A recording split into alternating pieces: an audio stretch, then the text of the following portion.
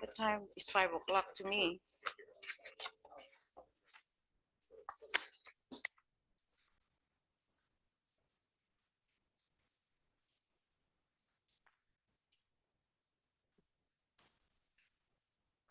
Okay, everyone, it is 5 o'clock. So I will call this special meeting to order of the Milpitas City Council of February 11th, 2025. While this meeting is being broadcast via Zoom, oral public comments may only be provided live at the City Council meeting in person. The City Council meeting is available for instant translation in over 50 languages with Wordly, accessible via mobile phone, computer, and video displays by scanning the QR code located in the title page of the agenda in the upper right-hand corner. So back to today's business. City Clerk Guzetta, please take roll call.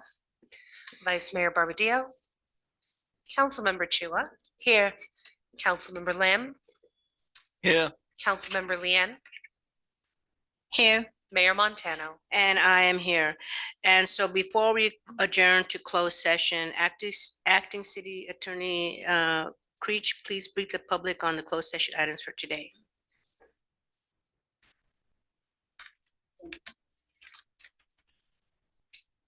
Thank you, Mayor. Today you have one item on closed session pursuant to Government Code Section 54957B1. That is public employee resignation and hiring. The position is City Manager. Thank you. And is there any comments from the public? I have no speaker cards for closed session, Mayor. Okay, so we will now adjourn to closed session. Thank you. We'll be going across the street to City Hall. Thank you. We'll be returning. We should be returning at 5:30. Thank you.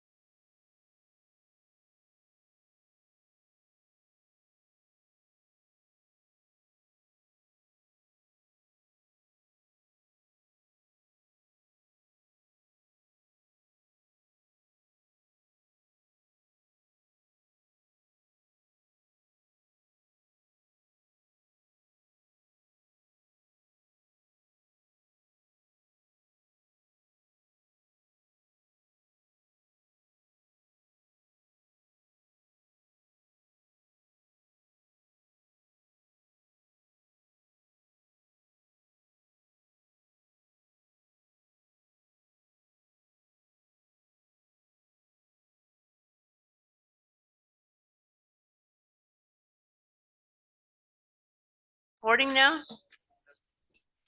Yes, recorded. Oh, It's okay. recording. Oh, okay. Okay, it is now 6 o'clock and we are returning back to order.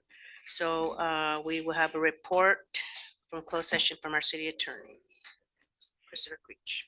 Thank you, Mayor. Pursuant to a unanimous vote of all 5 members of the Milpitas City Council, the Milpitas City Council accepts the letter of resignation from City Manager Ned Thomas and has convened a subcommittee of the City Council to work through the City Manager's office to support a search for the next city manager and any necessary interim city manager. Thank you very much. Okay, thank you very much for that. And so now we will rise for the Pledge of Allegiance.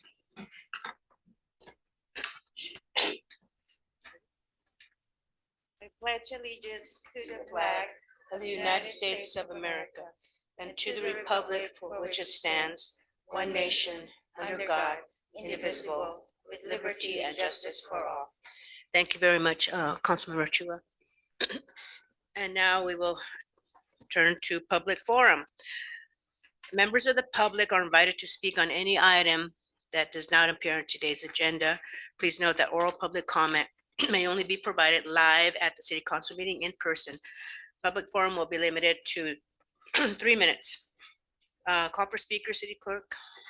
Yes, we have several speaker cards. The first is going to be Suji Maniam, followed by David Hole, then Prashanth Kumar, and you'll speak over here. Welcome.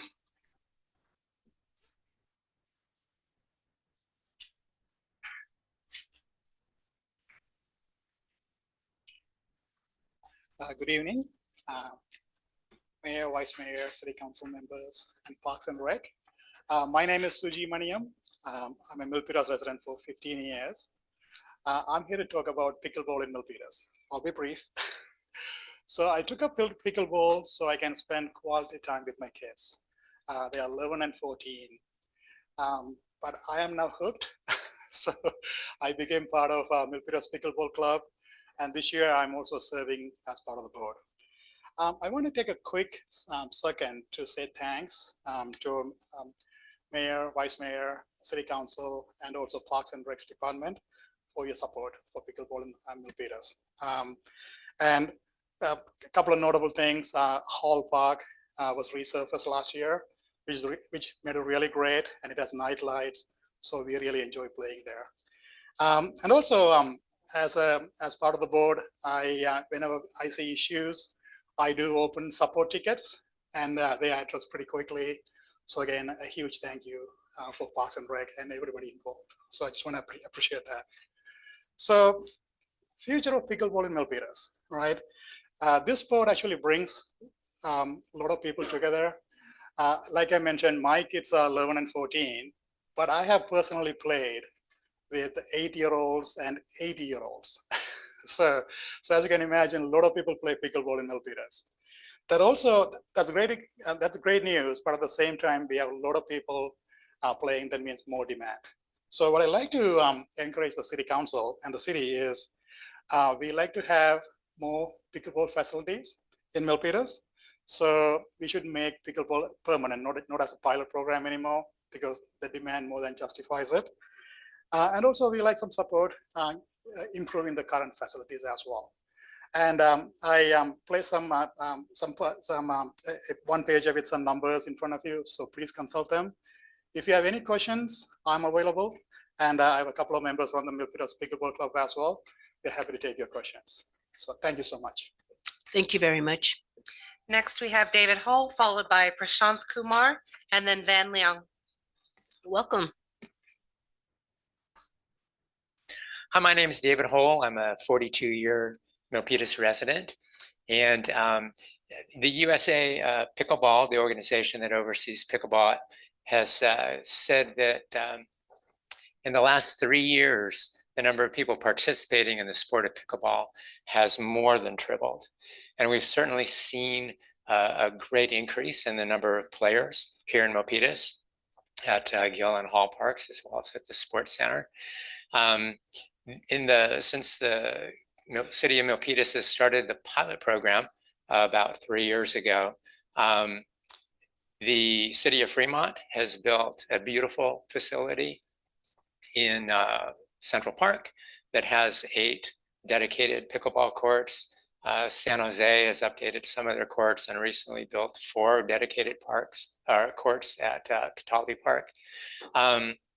Here in Milpitas, we still do not have dedicated permanent pickleball courts. The courts at Gill and at Hall Park are both have temporary nets. Hall Park still has tennis court lines that we have to contend with.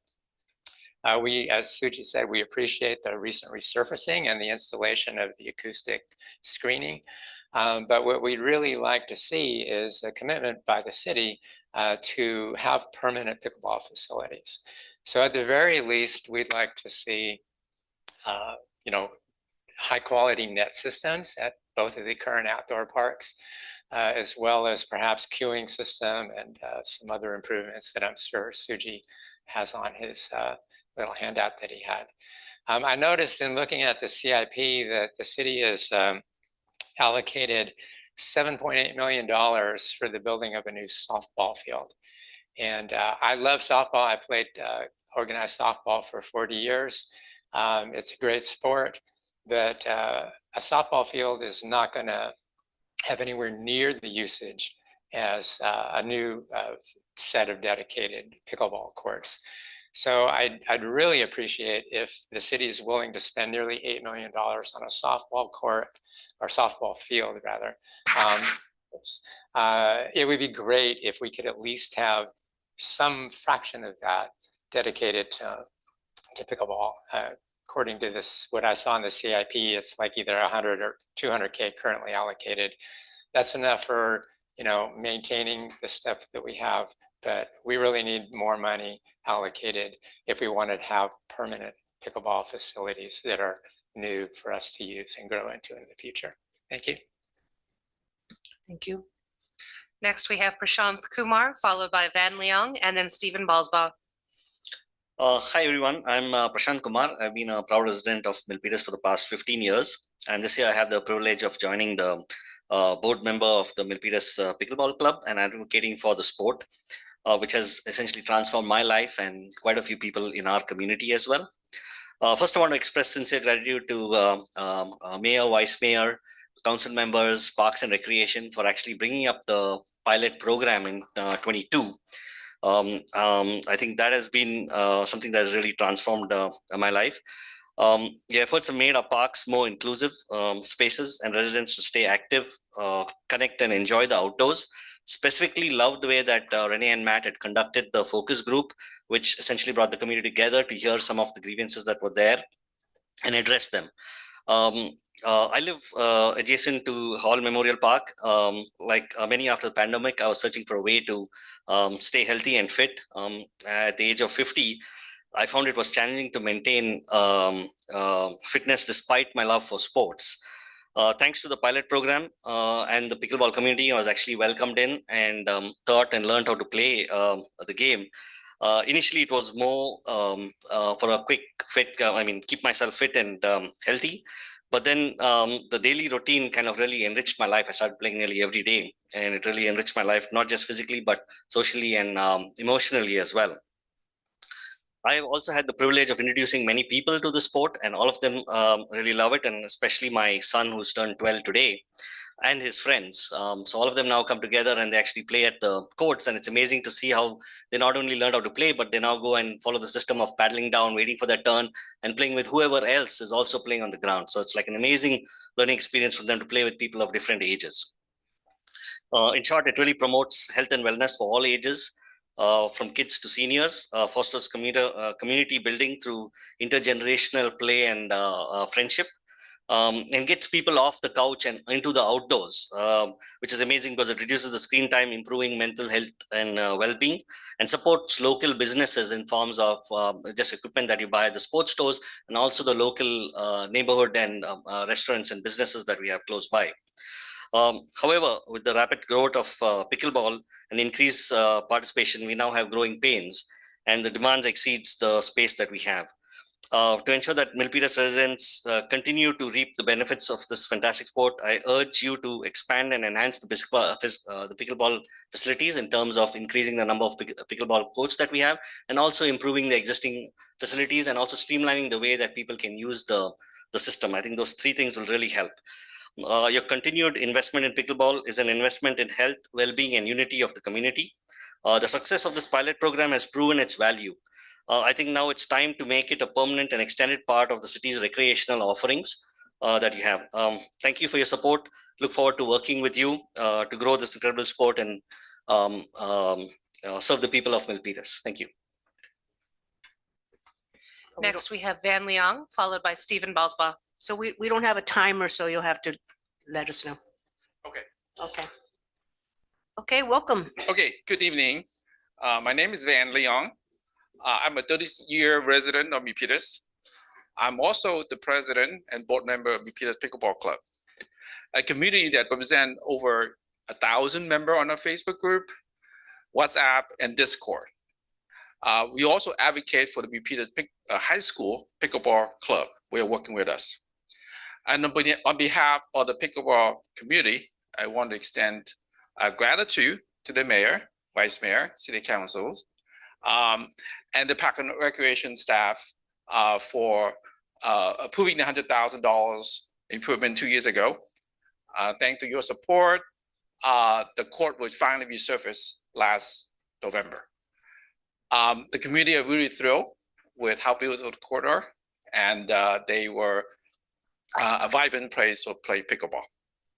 As you may know, pickleball has experienced explosive growth in the United States, 220% over the last 3 years, with a population of over 36 million players playing in the United States. That's over 1 in 10 Americans play pickleball. So Milpitas is no exceptions. On any given day, we have 100 to 150 players at Hall. On the weekend, it's 150 to 200 players at Hall. When you add Guild Park, Milpitas Sports Center, you have any given week, there's over 1,200 players playing pickleball within the city. So when the city made the $100,000 investment 2 years ago, that was the best investment we ever made for the city, to have such a vibrant environment for us. Looking forward, we believe the pickleball popularity will continue. We urge the city to continue invest in either adding new court, making Hall Park permanent for pickleball, or enhancing the facility for the Hall Park and all the pickleball facility.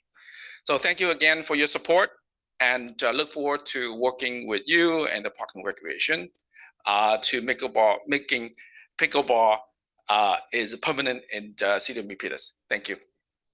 Thank you. Finally, we have Stephen Balsbaugh. Welcome. Thank you. Welcome, City Council, staff, and guests. My name is Steve Balsbaugh, and I'm actually in the 54th year as a resident of the city of Milpitas. And I obviously want to talk about pickleball and the CIP program.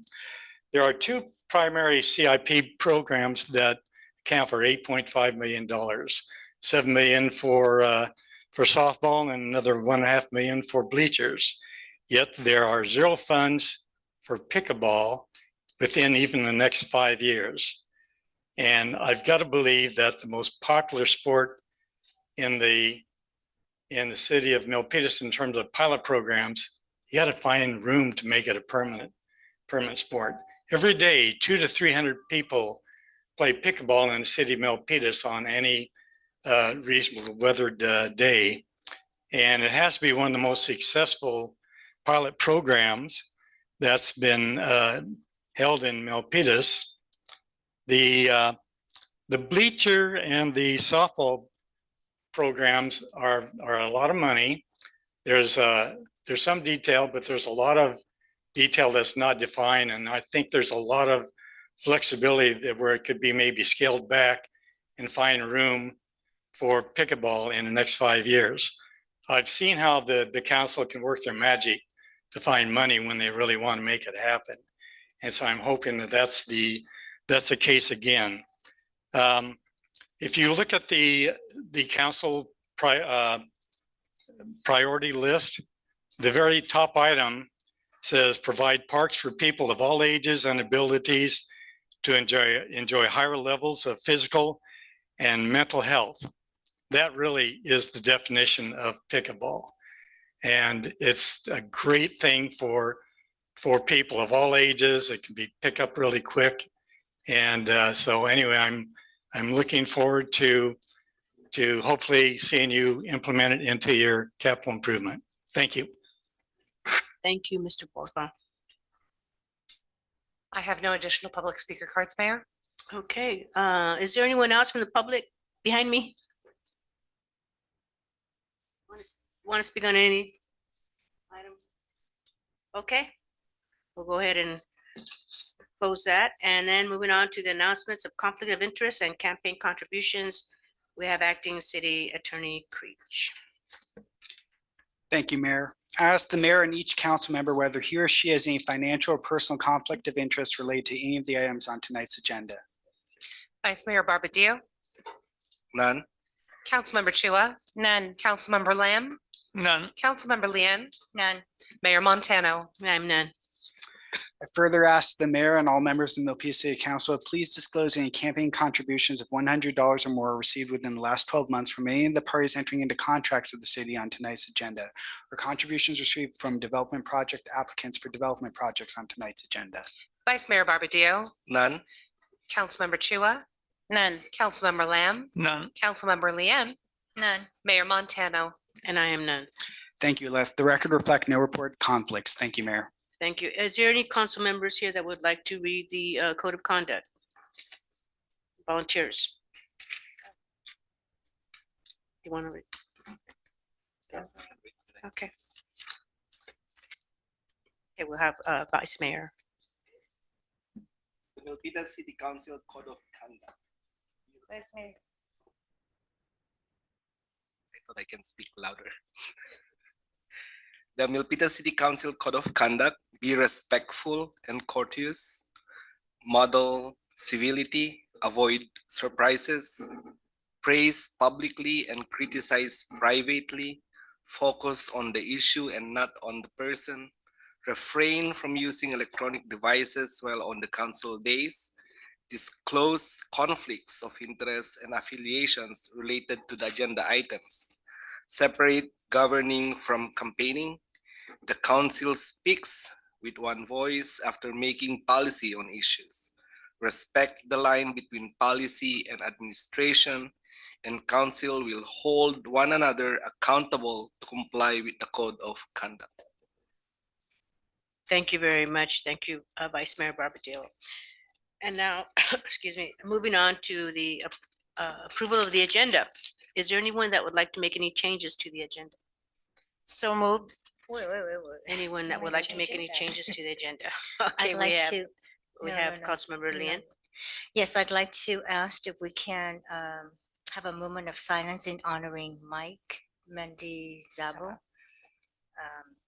He just passed away this morning. Mike is a valued member of the community, a teacher, not a council, a board member, and also a community member, very active. Okay, So can we agendize this either at the beginning of the agenda or? I'm going to do that. Usually we do it at the end, end. at the end, so we'll do it at the end of the meeting. Are you That is with fine. Okay. That's fine. Thank you. And Move to. And the point that I'd make is you don't need to amend the agenda. In fact, you couldn't amend it to add new items. But what you could do is as a point of order, ask for that moment. So there's no need to change the agenda. Somebody said. No, we'll just put at the end. Correct. So at the end, you can ask for as a point of order to take that moment. Okay. Thank you. So Okay. the motion stands. And is there a second? Second. Okay, it was moved by Councilmember Chua and seconded by Vice Mayor Barbadillo. Okay, vote. Vice Mayor Barbadillo, Aye. Councilmember Chua, Aye. Councilmember Lamb, Aye. Councilmember Lian, Aye. Mayor Montano. And I'm an aye. And so now moving on to agenda items. City Manager. Thank you, Mayor. So good evening, Mayor and members of the City Council. We're gathered here tonight, of course, for our annual study session with the council to receive feedback on the proposed 5-year capital improvement program, or CIP. This is for the years 2026 through 2030, and all members of the city's executive leadership team are present tonight. The 5-year CIP is a collaborative effort led by the Finance Department and the Public Works Department in collaboration with other departments, and it provides a comprehensive budgeting and planning tool for projects that repair and replace and improve city facilities, parks, streets, and utility infrastructure. And this process customarily begins back in October. We've been working on it for several months. It starts with a call for projects from the departments, and then typically the staff in the engineering side of the Public Works Department will pull those together and work with the city manager's office and the finance department to refine those. So what you'll see tonight is, or our session tonight is an interim step in the process to present information to the council on priorities and schedules and funding sources, estimated costs and financing necessary to deliver these critical services and infrastructure to the Milpitas community. The process, as always, will conclude in April with a public hearing when the city adopts the CIP. So tonight's session, again, is just an interim step to gather input from the council as well as from the community. The project funding now it's a 5-year plan, but we always provide more detail on the first year of that 5-year plan. So the proposed funding for fiscal year 25-26 is $38.7 million. Staff will go through in detail the sources of that funding and then what the funding will be used for. The document itself is organized into 6 categories, and they will also, staff will go over those in the presentation. So I'll turn the time now over to our Public Works Director, Christian Dorenzo, for a few comments and introduction of his staff members who are here to make the presentation. So Christian. Thank you, Ned. Good evening, Madam Mayor and Honorable City Council. Just a few words. I wanted to especially express my gratitude to all the departments who were gracious enough to contribute their time and energy in assisting us with this endeavor over the last several months. And a special thank you to Lee Hawk, who is tackling the CIP development assignment for the first time following his recent promotion to Engineering Division Manager / CIP Manager. Congratulations. Michael, who's sitting next to him, who also had this assignment previously, will co-pilot this evening's presentation. So, gentlemen, the floor is yours. Thank you, Ned, Christian, for the introductions. Good evening, Mayor, Vice Mayor, and Council members. My name is Lee Ha-im, Public Work Division Managers of the Engineering Divisions, overseeing the Design Construction sections and the City Capital Improvement Program. Tonight, we will discuss the proposed 2026-2030 Capital Improvement Programs. Next slide, please.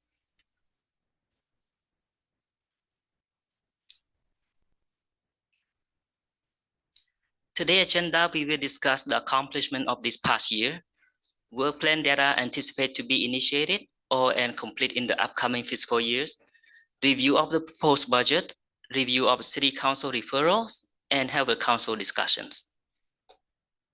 Next slide, please. The next few slides, we will highlight the accomplishment completed in the past year. City Council approved approximately $4.4 million in ARPA funding for the improvement of 20 parks.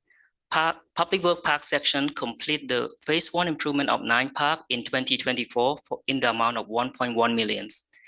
The remaining funding of $3.3 million was allocated for phase 2 for the improvement of 13 parks as shown on the map on the slide. The work focused on improving ADA access, pathway, picnic area, playground area, site finishing, and restroom. Next slide, please. IT department successfully managed the replacement of the audio-visual system in council chamber last summer. The project modernized the outdated system with advanced technology by enhancing the audio-visual capabilities, integrating conference microphone, and installing LED video screen. Next slide, please. The traffic engineer section successfully completed the annual street resurfacing projects along Redmore Parkway from I-80 to McKellis Drive and Thompson Street and Court as shown on this map. The project also repaired various sidewalk and driveway, install 15 ADA curb ramp, and upgrade approximately 1 mile of bike lane. Next slide, please. 1 mile of bike lane. The project cost, I believe, is 4.4 million. Public Work Operation Team complete the resurfacing of sport court at Serrano Park, Hall Park, Peter Gill, Sylvan, and Dixon Landing Park. In addition to the resurfacing, we also complete the restriping of pickleball court at Hall Park. Next slide, please. I don't have that number. I can get back to you on that. For all sport court.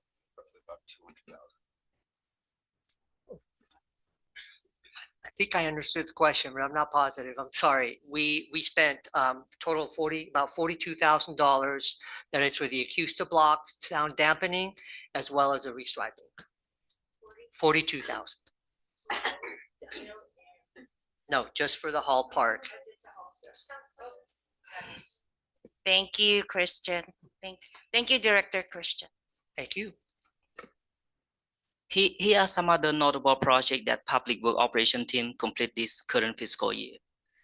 The street restriping 2025 project is anticipated to be complete by this spring. The project will restripe North Milpitas Boulevard, Dixon Landing Road, Evan Road, and Pittman Road from South Park Victoria Drive to Yosemite Drive. Staff also complete the installation of keep clear striping on Abo Street south of Sierra Way intersections. The annual sidewalk repair projects intend to enhance public safety by addressing trip hazard and reducing city risk and liability. Approximately 700 locations were repaired this year. Staff also complete the installation of perimeter fencing and security system at Manleaf pump stations. Lastly is the completion of recreation facility improvements that include the replacement of entrance door at community centers to comply with ADA and reduce the maintenance efforts. We also complete various work at Milpitas Sports Center that include the replacement of fencing around the pool and the suspended ceiling at the building. Next slide, please. Here are some other projects that Public Work Engineering completed in this fiscal years. The installation of the new HVAC system for the Aviso Adobe building, the community outreach and feasibility study for the softball field improvement at Cardozo Park is near completion, and staff will present the information to the City Council this spring. The bid opening for Dempsey Road waterline replacement project is scheduled for this month. The construction is anticipated to be complete by spring of 2026, and the road will be resurfaced thereafter. Staff also complete the design of the above ground facility for McKinley's well located at Delano Manong Park. This water well will serve the Midtown and Metro Pacific Plan area. Currently, the project is out for bid, and the construction is anticipated to be complete by fall 2026. Engineering utility engineering completed the replacement of fire station number 1 pressure reducing station that was damaged during the pressure surge back in 2023. These stations are the critical components to ensure the consistent pressure throughout the city. Public Work Traffic Engineer also complete the design of the street resurfacing 2025. Portion of the street to be resurfaced include Tasman Drive, Granmore Parkway, and Alder Drive. The construction of this project has been postponed to 2026 as the project is an ideal candidate for several grants that include California Transportation's Commission Local Partnership Program and OPAC. Next slide, please. Station 1, Fire Station 1. Is that, which one is that? Is that the Sunny Hills Fire Station? No, that's not. That is the pressure reducing station that is outside of the fire That's for station. the headquarters. That's for the main. Okay. Yes. In the next few slides, we will discuss the work plan or the milestone that are scheduled to be initiated or be completed in next fiscal years. Staff completed 2 rounds of community outreach for Tango Park projects. Staff will bring the conceptual design to the City Council for consideration this summer. The construction is anticipated to start in 2027 after the completion of the construction of South Milpitas Boulevard and Sengo Court Road extension projects. Additionally, last week, we completed the first round of the community outreach for Senate Park Playground renovation projects to gather community preference of the playground component and the amenities. The construction is anticipated to start in summer of 2026. Next slide, please. The city received 2.9 million through Safe Street and Road for All grant program with the local match requirement of 725,000 for the planning, design, and implementation of bicycle and pedestrian safety enhancement along school route within the city. This improvement will protect the most vulnerable road user, encourage active transportation among students, and promote public health and well-being. Staff is currently work with the Department of Transportation on the funding agreement, which is anticipated to be complete by this fall, so that the design and the planning can start in 2026. Next slide, please. Public Works will start the construction of the police department main locker room enhancements and an expansion of female locker room to accommodate the increase of staff that have happened over the last decade. The library garage elevator contract was awarded last month. The project will restore the functionality and the operational of the elevators and enhance the security features against vandalism. Staff will initiate the assessment and the conceptual design to restore the landscaping and transform the pond area within the City Hall campus into a more functional open space for community events and gatherings. Staff will also begin the medium landscape improvement along Calaveras Boulevard. Lastly, Finance will complete the first phase of the new financial ERP system. Next slide, please. The replacement of the modular building at Fire Station number 1 will be completed this summer. Fire department will be able to start using this building as a venue for their academics and training courses and for the city emergency management staff office. Engineering will also begin the planning and environmental study for the replacement of existing sewer force main A that discharged to San Jose treatment plant. The pipeline was constructed in 1974. Engineering traffic section will complete the preventive maintenance street sealing project that will resurface and restripe portion of East Calaveras Boulevard, North Park Victoria Drive, and the neighborhood adjacent to Mount Shasta Avenue. Staff will also begin the construction of the bicycle facility improvement to improve the safety for the bicyclists. The project will focus on Abo Street, Main Street, and Milpitas corridor. The project received an earmark funding of $1 million as part of the Caltrans 2022 priority budget. Planning department is anticipated to complete the Innovation District Park and Trail Master Plan next year. Next slide, please. Can I ask you a question on one of the items, resurfacing Calaveras? That's 2024 project, and you are extending to 2025.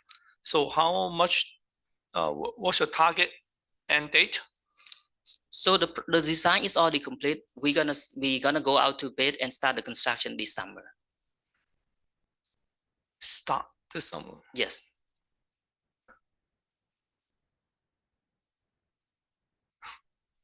I thought you guys already started. So this is phase 2. Yeah, I know. You start phase 1. So you have to rebid for phase 2? That is correct. Michael, you might want to speak. Yeah, let me piggyback on that a little bit. So we did have a project for street resurfacing 2025, which we completed. What we paused on that, we completed the design and paused that project, which would have been the Great Mall phase 2, because we wanted to chase a grant. And hopefully if we can get that grant, it'll help the street resurfacing program in the long term. So that's what we did. In the meantime, we were able to kind of analyze our budgets in past years and find additional funding so that we can do this phase 2 for 24. So we're doing preventative maintenance, and that's why we're continuing to do another phase of last year's project for this year. So it's a continuation of street resurfacing 2024.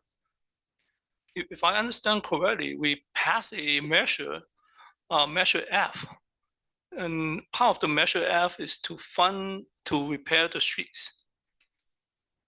Why are we depending on grants to finish the job? Well, No, it's a grant opportunity that we decided that fit this grant. So the Great Mall Parkway is an aerial street, and it meets certain criteria of this grant. If we're able to get this grant, we'll be able to add more money to the program. So that's what we're hoping that we could do. It's not to finish the project. We have the money there. We're just hoping that we can get additional money, so it will only benefit our program in the long term. So we decided to pause that project and do a lesser project in this year as a preventive maintenance program project. So what's the target date to end this project? Well, we're in design right now, should be out to bid in the next month or so, and hopefully we'll be in construction in the summer.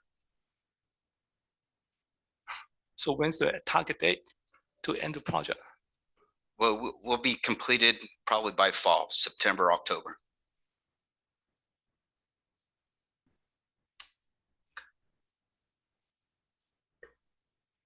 Next slide, please.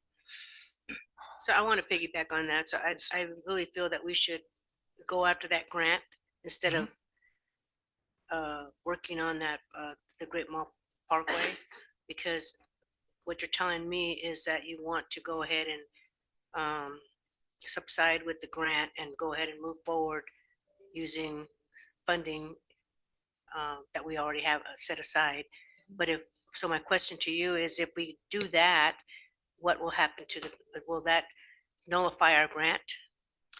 No, actually, we can move forward with the current project that we're chasing the grant. We have sufficient money. What we're trying to do is build the coffers here a little bit so we can do future street resurfacing projects, and probably expedite a few other projects that we were thinking like in 28 and 27. If we're able to obtain this grant, we can probably move those projects forward a little bit, a few years to do it a little bit quicker. Yeah. So, but doesn't a grant have to be earmarked? You're earmarking that grant for Great Mall, but you want to use other monies to resurface it. But I'm just afraid that we're going to lose that opportunity for the grant. So what guarantee do you have that we will not lose that opportunity to get that grant? There is no guarantees. We applied for it and it's highly competitive. So we're hoping, because this project is already shelf ready and it's very conducive to this grant. What we've talked with the grantors is they prefer a shelf ready project, which was completely ideal. So we submitted this project as a shelf ready project, and hopefully, they able to grant us, what we're asking for, roughly $3 million. Yeah. And now in the meantime, we do. I understand that in order to you have a better chance of getting that grant if you're shovel ready. Right. It's just like VTA when they do their grants. Correct. However, I guess my only concern is I don't want to lose out on that grant if you're going to, because does that grant specifically say Great Mall, or is it just for any kind of? It's specific to a street resurfacing project. That's one of the criteria. But not the street surfacing at the Great Mall. No, it's just it's all inclusive. Boulevard. Okay, so it's generic. Then you can Generic. use. Okay. Exactly. All right. So we're using the Great Mall, which fits within those parameters, to chase that grant. Okay. But in the meantime, we do have leftover funding that we're going to, in the meantime, do a preventive maintenance project that will cover Calaveras Boulevard, North Park, Victoria, and a few other neighborhood streets. Yeah, I was just concerned about them saying, oh, well, you applied for a grant to resurface this area, Great Mall Parkway, but you're already resurfacing, so we're not going to grant you because you have it. But you're saying that it's a generic grant for any other site. It's not specific to Great Mall. It will only supplement our grant funding that we've already committed, which will push that money for other years. I got it. Okay, thank you. Madam Mayor, if I may, I just want to Okay, go ahead, clarify. Chris. We have funding available to pursue a phase 2 of the Great Mall resurfacing. That funding is not made available to us via grant. So we didn't obtain the funding for the grant from a grant. That funding is from Measure B, SB1, vehicle license registration, even TDA article, Article 40, all of the regular funding sources that we use for our annual street resurfacing program. Now, what we decided was, let's be strategic about it. We have the money set aside. Let's set that money aside. Let's pursue a grant, a CTC grant, or maybe OBAC Cycle 4 grant opportunity, so that we could then don't have to spend the money that we have already available for Great Mall Phase 2. So we're waiting for OBAC 4 grant guidelines to come out. We may pursue it. We have some of the money that is available for this resurfacing, and this is a tape and slurry seal project of about $2 million. Some of that money is made available to us because we were successful in pursuing OBAC Phase 2 grant opportunity from a couple years ago. So we have some, measure of certainty at least that we might be competitive to pursue another OBAC cycle opportunity in the future. So, and then some of the rest of the money from that $2 million is made available to us because when we bid out previous resurfacing projects, they came in under budget. So we've sort of squirreled away a total of about $2 million. We're going to apply it this summer, finish that project. In the meantime, we've submitted for CTC grant proceeds to hopefully fund Phase 2 the year after of Great Mall. If we don't get that grant, we have the money sitting in the bank to pursue that. Okay. Great, I just didn't want it to jeopardize. Can you let me know what that acronym OBAG stands for? One Bay Area Grant. What is it again? One Bay Area Grant. Oh, who gives that grant out? Is it the legislator, the state? It's MTC. It's MTC, Metropolitan Transportation Commission. MTC, yeah, okay, I get it, thank you. Let me get this straight. Phase 2 is Carriers and Great Mall. Okay.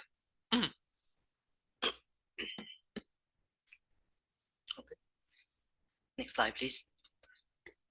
Next, we will discuss the post-5-year budgets of the capital improvement program. Next slide, please. Before diving into the fiscal year budgets discussion and analysis, I will provide you the core foundation of this program.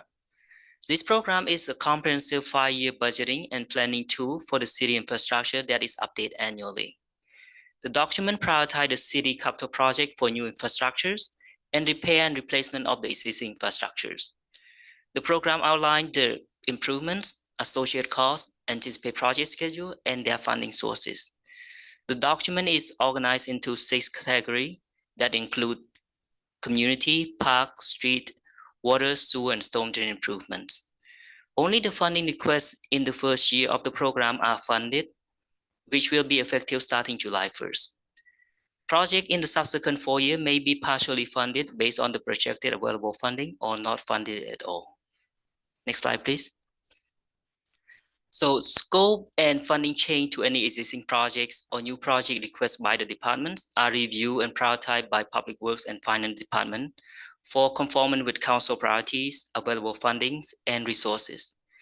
We use these criteria shown on this slide to evaluate the funding request. We confirm, does it address the immediate health and safety concerns? Does it align with the council priority? Is it funded by a grant? Does it improve the operational efficiency? Is it required to meet the legal mandate? Is there sufficient resources to manage the projects? And what is the project schedule and the funding sources? And how does it impact the operating budget? So once we establish the list of the funding requests, we will review the project with the city manager's office and provide the recommendation to the city council for considerations and approval. Next slide, please.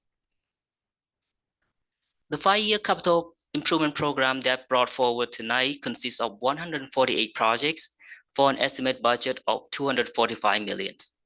This table shows the detailed breakdown of the estimated cost with associated number of projects for each category. Next slide, please. This table summarizes the estimated project cost, projected available funding, and the funding gap for each fiscal year over the next 5 years. The first row represents the total estimated project cost for the amount of $245 million, followed by the projected available funding of approximately $165 million, and staff anticipate receiving an SS4A grant and the bond revenue in the combined amount of $22.9 million are shown in row number 3 and 4. The bottom row reflects to the funding gap for the project estimated at $57 million. I would like to highlight the significant funding gap of 42 million for the project in fiscal year 27-28. The project needing funding are the pedestrian overcrossing projects, Cardoza Park softball field improvement projects, community center roof replacement, and Sandalwood Park renovation projects. Next slide, please. This table provides the detailed breakdown of the funding sources of each category for fiscal year 25-26 with the total amount of 38.7 million. So we'll pause here a little bit for you to review this slide before I move on.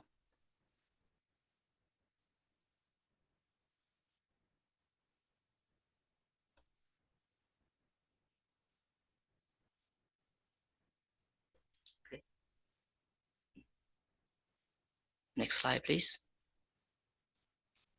Here is the summary of the proposed funding for each category in fiscal year 25-26, which will be effective starting July 1st. Staff recommend funding 37 projects with an estimated budget of 38.7 million. Next slide, please. For the next few slides, I will present the 37 projects that are being recommended to be funded this coming fiscal years. Each table will provide the project descriptions, recommended funding amount, and its funding sources. Here are the 10 projects proposed to be funded in the community category, which includes 3 new projects, and majority of the funding requests are for the upkeep of the existing infrastructures. For example, the city building improvement projects, the funding is for the replacement of the windows at Public Works Police Department building, Police Dispatch Kitchen remodel, and the design of aquatic system at Milpitas Sports Center. The funding recommended for the city building roof improvement is for the design of the roof rehabilitations at Police Department, Public Works, and IT building. The construction cost is estimated at 1.2 million and is not funded at this time. The last 3 projects in bold are the new project recommended to be added. The first new project is the computer replacement project, which includes the replacement of 750 computers and laptops over the next 5 years to ensure the reliability, performance, and securities. The funding requests cover the phase 1 for the replacement of 235 units. Next project is the audio-visual system replacement projects. The AV system at community center, senior center, and sports center have exceeded their service life and need replacement. The funding request is for the design of the system and the implementation at the community center.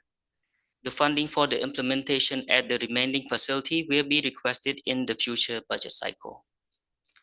The last new project on this category is the purchase of urban search and rescue vehicle, which will be used by fire department to respond and deploy on technical rescue incident.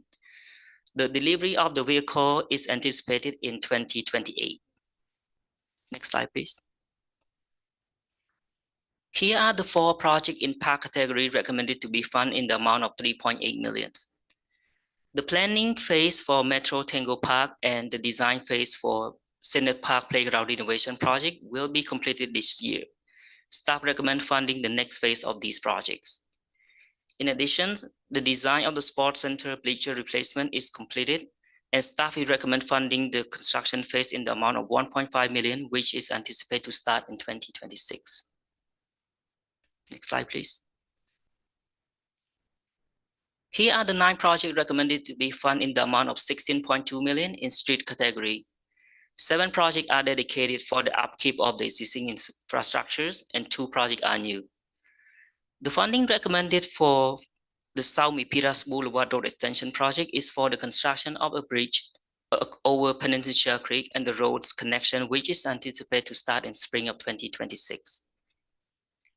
The funding for the street resurfacing project 2026 will resurface Yellowstone Avenue, South Park Victoria Drive from Yosemite Drive to Yellowstone, and the residential street adjacent to South Park Victoria Drive.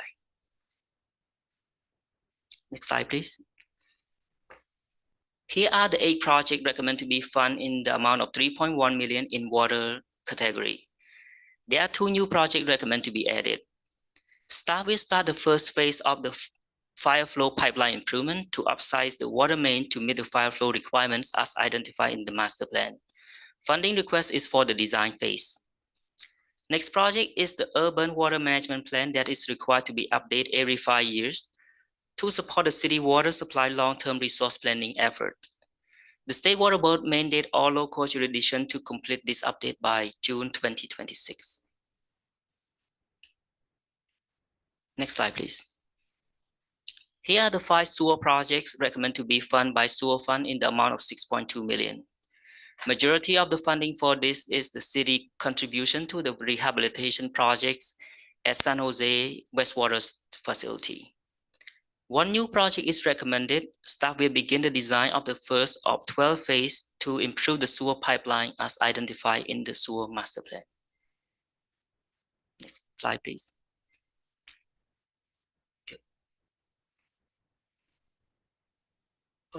Sorry, I'd like to go back to a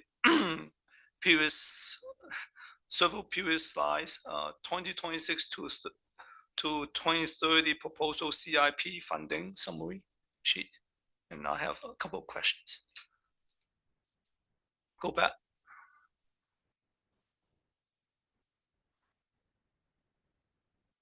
Yeah, this one. I'm looking at the year 2026 and 227 and year 27-28. The expenditure has increased quite a bit. The project CIP expenditure increased a lot. And then for those 2 years, and then for 2028 and 2029 and jobs. Can you explain that? So for fiscal year 26-27, the one of the big ticket item that drive the increase on the cost is the replacement of the force main A, which estimated at $20 million. What's that again? The replacement of the sewer force main A. Can you describe that project a little bit more? Yeah. So that project basically, so the city have 2 force main that discharge all the sewage from the main lift station to San Jose wastewater treatment plant. So that one of the force main was built in 1974. It reached its service life, it needs the replacements. So right now we are in the design phase. The current estimate is about $20 million for that projects. So that is one of the big ticket item for that fiscal year 26-27. And currently we do not have the funding for that we're planning to issue the bond, receive the bond revenues to fund that projects. And in terms of fiscal year 27-28, like I mentioned, there's a funding gap of 42 million, as I described earlier. The projects that requires those funding are pedestrian overcrossing project, which have a cost estimate of 21 million. That is the bridge that we constructed over Montague Expressway.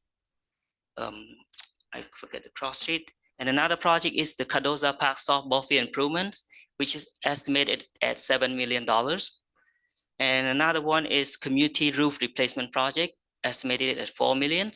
And the last one is Sandalwood Park renovation project, which is estimated at 2.2 million. So those are the major projects that drive the increase of the funding for these 2 fiscal years. Thank you. Okay.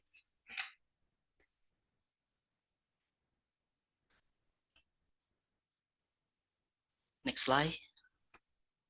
Next one, please. So here is the only project being recommended to be funded in the storm drain category in the amount of 4.6 million. Last year, staff discovered a deformation of the street occur on Technology Drive west of McCarthy Boulevard. It was determined that the deformation was caused by multiple factors that include soil instability and the deteriorations of existing storm drain and sewer pipeline. Staff is currently working on the design specifications and anticipate to complete the design by the end of this year. Next slide, please. I just had a comment. So is that why in some streets you drive and there's a big dip, like it collapsed? Is that what happened? So yes, so in this case, yes, basically the sewer and the storm drain is in defects. It caused those kind of like deep. Yeah, there's several streets in the city that all of a sudden it just, like it just collapsed. Yeah. So, okay. Thanks for letting me know. Next slide, please. Here's the 6 projects are being recommended to be funded by the general government CIP fund in the amount of 2.46 million. We have Sorry, Leah, can I interrupt? I just want to see if Christian wants to add anything to this too, but on that last comment, Mayor, not every situation where there's a dip means that there's a water line or a sewer. It could be in some cases, and so we can always investigate more in those certain circumstances. But sometimes it's just due to other reasons regarding the age and the construction of the roadway. And so if there's any specific locations anybody ever wants us to take a look at, we can. Thank you. There's one on Conway, or is it Coelho? Coelho, right by Sunny Hills Park. There's a huge dip. Okay, thank you. Go look at it. Thanks. Oh, no, thank you. Okay, and as mentioned, 5 projects are for the existing project, and that show on the first table, and 1 new project that show on the second table. So I will pause here a little bit for you to review. Nate. Before you go to the next item, category, I should say, project with insufficient funds, can we go back to the very beginning? The proposed, I just want to be clear. The table that you were showing earlier. Yes. Slide number 21. Yes, that's the one. Is that the one? The one that says CIP Capital Improvement Program, a 5-year budgeting and planning tool. Where's that at? I think it's slide number. What my 18. question is, okay, hold on. My question is, you have 2026 to 30, this one, that one. And that's for 5 years for 245 million, right? Yes, that's correct. And you said on your footnote, it's includes project with insufficient and no funding, correct? That is correct. Okay, now we go to the second page. That's all right. This the 56 million that has funding, right? The next slide. The 56.9. Yeah, that has funding, right? That is the funding gap. That is the funding gap. There's no funding for that. So I mean, yeah, 56, right? that is correct. That is the gap that there's no funding. That is correct. Okay. So the thing I would like to see is maybe it's so hard to for each project I would like to see, like, when you see it, when you put a slide and you will see that this particular project does not have funding. Maybe I'm missing it. You see what I'm saying? Councilmember Chua, actually, we're gonna run into that section where you would see those actual projects of the 56.9 million. Okay. Okay. I believe So the next section will answer your question. we'll isolate the ones that do Correct. not have funding. Correct. Because I'm trying to decipher it from your previous slides, so which ones are, because to me it was mixed. Understood. Okay. Right now, we're Yeah, just go showing ahead. the entire budget, and then we follow up with the insufficient funding section. Go ahead then. Thank you. So okay, next one. The next one, that one. Okay, yep. So now we hand over the remaining of presentation to the city engineer, Michael Silvera. Thank you, Leoc. My name is Michael Silvera, the city engineer for the city of Milpitas. Good evening, Mayor, Vice Mayor, council members. Now we'll look at the insufficient and no available funding aspect of the CIP. Next slide, please. As Leoc mentioned earlier in the presentation about the funding needs within the 5-year capital budget, we would like to highlight the importance of this matter and make sure we continue to discuss the funding needs with the city council in future budget cycles. Through CIP process and master planning completed in recent years, we have identified approximately $654 million funding needs for existing and new infrastructure. $239 million is needed to address repairs and replacement of existing infrastructure.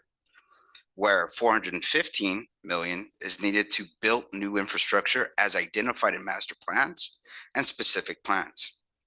As we move forward, we want to continue to discuss the importance of where to invest the city's limited capital dollars and prioritize the funding for infrastructure projects. A few examples of funding mechanisms that can help with budget shortfall are continuing to pursue state and federal grant opportunities, establish a development impact fee for the Metro and Gateway specific plans, renew sewer and water rates every 5 years to maintain the systems, and consider financing measures such as general obligation bond to fund larger infrastructure projects. Next slide, please. Within the 5-year capital budget, here's a list of new projects that staff is working on, but there is insufficient funding to complete. The design is completed for the Montague pedestrian overcrossing project adjacent to Penitencia Creek, but funding is needed for construction. Staff has applied for the RAISE grant and RCP federal grant programs, but the projects were not selected as these grants are highly competitive.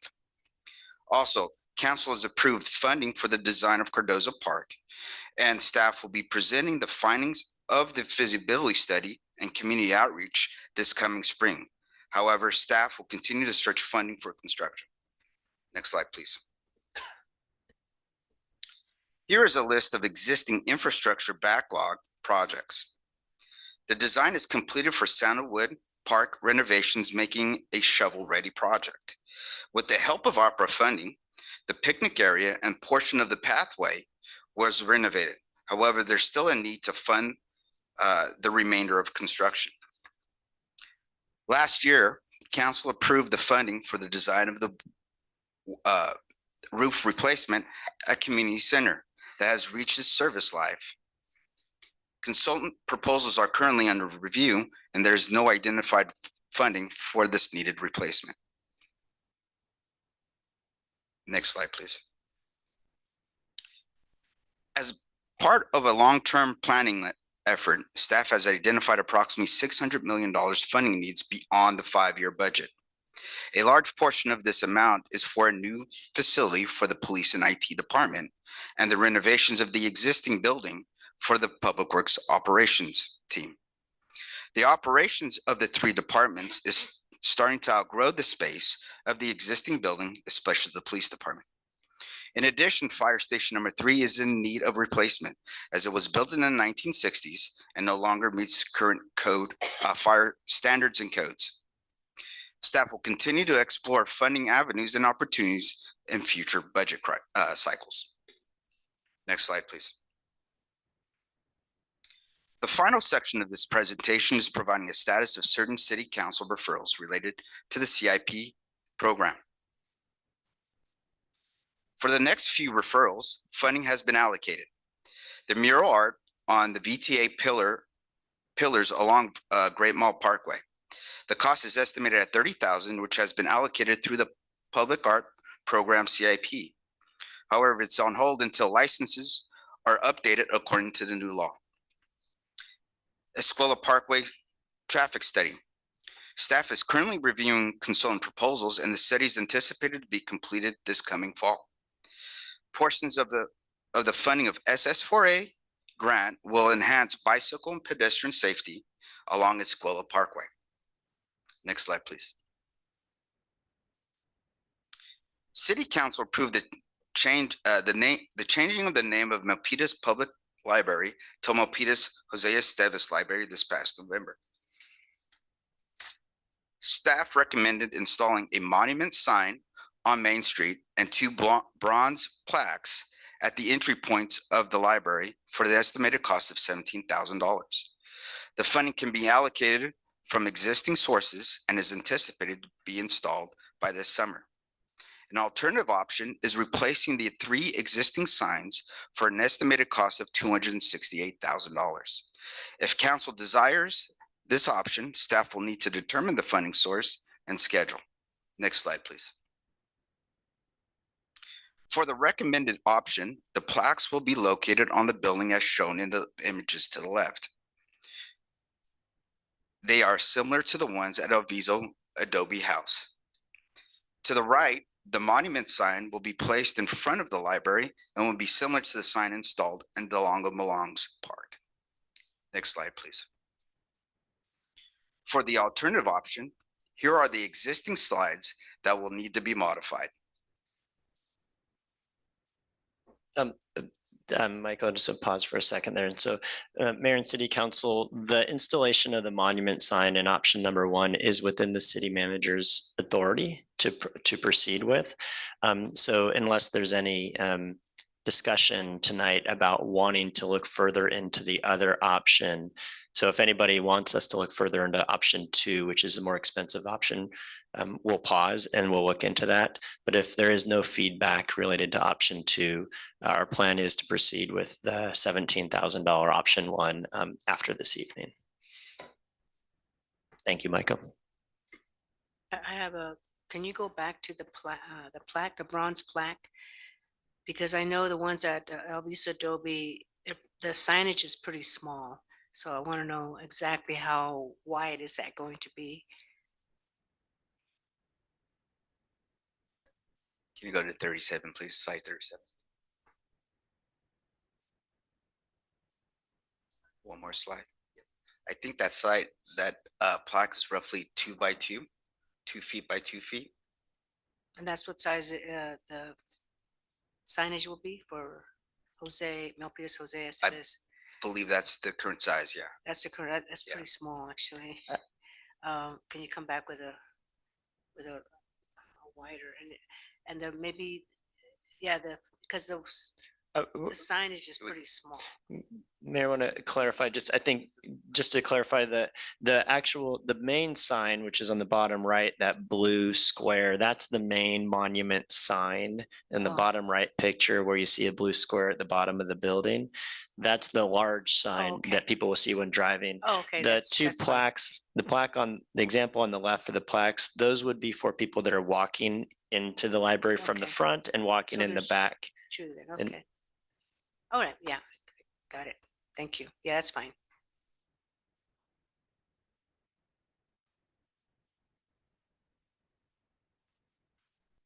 Madam Mayor, just to confirm, the monument sign is 6 feet by 4 feet. Okay, that's good size. Thank you for that clarification. Can you back up to slide 39, please? Yes. So the pickleball project. Installation of the safety fencing and sound dampening panels and resurfacing of the court was completed this November. Staff is anticipating returning to City Council for a final recommendation in early spring after surveying the court's users in surrounding neighborhoods. Staff is anticipating to fund $100,000 from the park fund for the final recommendation pending Council's approval. Next slide, please. The next 3 referrals, funding is not recommended to be included in the proposed CIP. The first one we'll start with is Main Street flooding at the library. Last year, Council approved $500,000 to assess the options to mitigate the flooding along Main Street that occurs during a moderate to a heavy storm event. Some of the preliminary recommendations include maintenance of the creek, install upstream storage, extend the storm drain system to Lower Penitencia Creek, and/or modify operations at the pump station. The preferred and most cost-effective option is channel maintenance, which requires a regulatory permit from the Regional Water Board. Discussions with the agency is ongoing. In the meantime, staff is also working with the consultant to evaluate and price each option to increase the capacity of the existing storm system, which is undersized. Next slide, please. So one quick question, who is the Regional Water Board? It is VTA, I mean, not VTA, Valley Water? No, they are at the state level. So they have the authority along any creeks within any waterways within the state. And they don't give out grants to cities? Or I'm not maintenance? aware, no. All right, Mayor. Councilmember Chua. I just have a quick question. I know I recommended this to look into, and thank you for getting the feedback from the consultant. So what, tell me again, what is the next step? The least inexpensive to address the flooding in front of the library? We're still working on pricing of all the options, but we believe the most cost effective would be maintaining the channels, such as doing vegetation management and sediment removal. But we just don't have a cost at this moment because it's fairly extensive. Oh. When do you anticipate costing? Hopefully have it. within the next 3 to 6 months, as we Hmm. continue to work through these recommendations. Okay, thank you. Can you clarify, how does the maintenance of the creeks, vegetation, how does that affect all the flooding on Main Street in front of the library, in front of Quincy's barbecue, particular shots, that area, because it gets flooded how does that affect that? So the channel's undersized for all the water that flows into that channel. However, by removing out sediment and managing the vegetation, you're able to increase the capacity and hopefully maintain, prevent Main Street from flooding. We believe that in addition to maintaining the creek and removing the sediment and managing some of the vegetation will help. But however, at the end of the day, that channel is probably undersized for all of the water that goes in there. So we'll probably have to do a combination of some kind of storage improvements to hopefully, eliminate that flooding. But we need a few more months to determine what those actual improvements are that can help the situation. And So I know, sorry, Mayor, I want to add to, it's kind of like a clogged drain, essentially. The channel is the drain from Main Street. And so it's clogged essentially. And so this work would unclog it. And so the water would leave Main Street faster. I see, okay, all right. Mayor, I have a follow-up question. We earmarked 500,000 for this. When did we do that? That was last year. Last year. Did you use up the entire 500,000? Not yet. You haven't used it up? yet? No, we've used How a did you small pay for the consultant? we used about 25,000 on the consultant at this moment. That's good news. Yeah. Thank you. More to come though.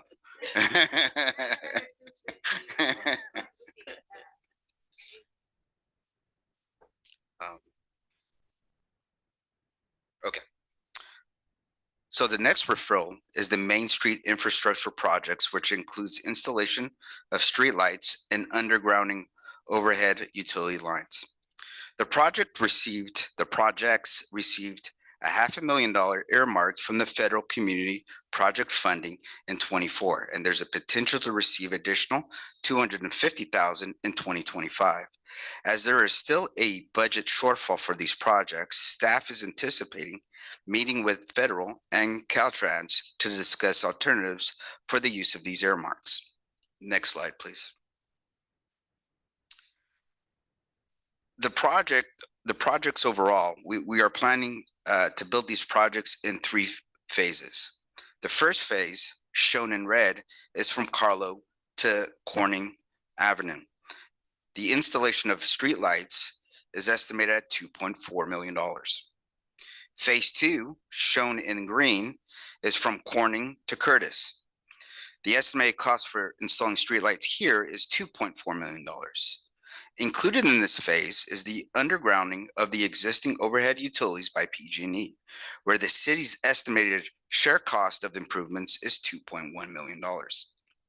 Staff has taken a critical step by starting the process to acquire right-of-way for the improvements for the undergrounding of the existing overhead utilities. I have a question on that. So you're trying, are you going to be piecemealing that, or are you going to do that all at the same time? So they'll be built in phases because of funding limitations. So we would start with the red phase. And we Which don't have, is we from don't have enough Carlo to- money on there right now. There's No, we not, do not. okay. That's the anticipated. Then it would be followed by the green phase, which would be from Corning to Curtis. Then phase 3 is way out. Yeah, I have a question on Corning Avenue to Curtis Avenue. Now that's where not Robson, what's the name of that developer? Toll Brothers. Why didn't we have them pay for that 2.4 million underground infrastructure? Our our our ordinance only allows them to underground whatever the wires along their frontage of the development. And so they are undergrounding their utility overhead along their frontage. But yeah, but I'm just wondering why we didn't ask them to do. But Is that a we're, law or something that, we won't be able to request that well, it's too from late them now, yet. but you know, okay. But I think in the future, we need to start asking them, impact fees. It's, So Mayor, I can provide you or any other member of council legal briefing on that particular subject. Okay. But I can do that confidentially after this meeting. all right, thank you. Mayor. Councilmember Chua? Thank you, Mayor. I mentioned this before, a couple of years ago, 3 years ago, I think. We went to a conference and they showed us that solar light, I think Fremont is using that. And through the demo, they showed us you don't have to do a digging. It's solar. You just install the post and the cost is like 30, at that time, 3,500. And it takes like 2 days to install one. Did we ever explore that option instead of going through these millions of dollars? Did we ever, I requested to at least look into that. And what happened to that request? We did look into that, and we started looking into that newer technology. Unfortunately, I wouldn't say unfortunately, the type of street light and the way we view it has this large solar panel to it. So I think the look that this solar panel brings to this area is probably not appropriate because you want to make it feel like a downtown area. So it takes that away from it. But however, we're still looking into that technology. One thing that also, another thing about the streetlights that are solar is not a city standard. We don't have a standard for solar power streetlights. We are looking into it to see how we can manage it. Yes, it is most definitely cost efficient And efficient easy for to install. easy to install. And it's for public safety. Correct. But we just don't have an operation, an SOP or standard operation procedure for these new technology yet. However, we are looking into probably doing a pilot project. Yeah, I would like to see that. Yes. On Hammond Way, which, there's been a lack of lighting from residents, that we're going to use that area to test these type of new technology before we move forward. I think we can piggyback with cities that are using it already. And I think it's been mentioned to me that Fremont is using it, and we need to look into that. Most definitely. We are most definitely looking into it. And can you report out in like 3 to 6 months? Sure. Do a report on how your study went? Sure. Because we want to do a pilot. If it's gonna save us money and also get it installed right away. Obviously, if they have it in Fremont, they already have the standards. We can just mimic what they have. Okay, thank you. No problem. One more thing. Thank you, Mayor. Thank you. PG&E, have we asked them for grants or to waive some of their fees or some type of grants for these projects? We will ask. Or even on Hammond Way. I mean, we have so many car break-ins, smash and grab, and yeah, a lot of complaints. It's already been over 2 years and still nothing. So Yep, we'll ask PG&E. If we go in a solar direction, we wouldn't have to depend on PG&E. We'll just have to depend on the sunlight. So we'll look into that. I do also want to mention that the engineering team there are currently on Hammond Way wooden utility poles that PG&E owns. And there is a possibility sometimes of actually hanging lights on those poles. And our team did ask PG&E if PG&E could just do that themselves. And while PG&E can't just do that themselves, they were very cooperative in talking to our team and providing our team standards and methods where if we wanted to do them on their poles, there was a path forward. However, connecting to electricity would have been pretty challenging, and that's why the team is steering towards possibly the solar pilot on Hammond. But we did talk to PG&E about options.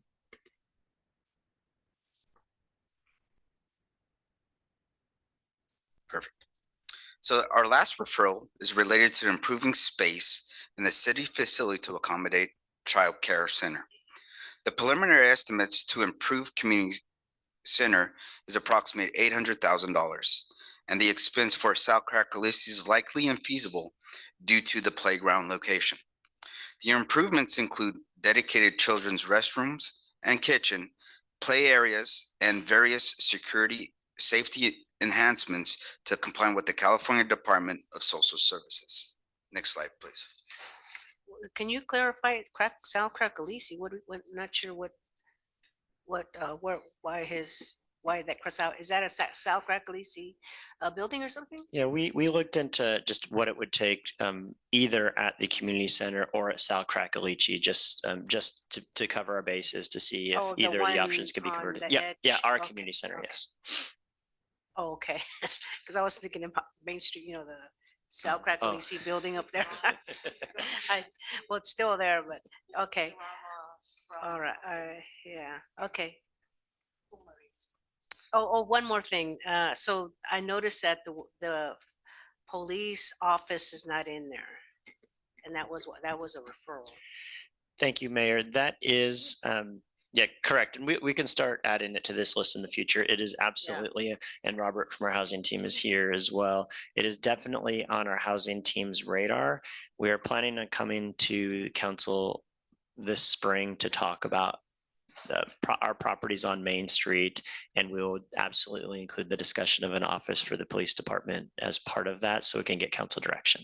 Okay, great. Thank you. In conclusion, we are recommending funding 37 projects for an estimated cost of $38.7 million in fiscal year 25-26. The 5-year CIP consists of 149 projects for an estimated budget amount of $245 million. The funding gap for the approved projects in the last 4 years is $59.9 million, and there are 9 new projects being proposed to be added to the CIP. Next slide, please. Here's a review of the calendar for the CIP process. Tonight is the first step of the process, the presentation of the proposed 5-year CIP.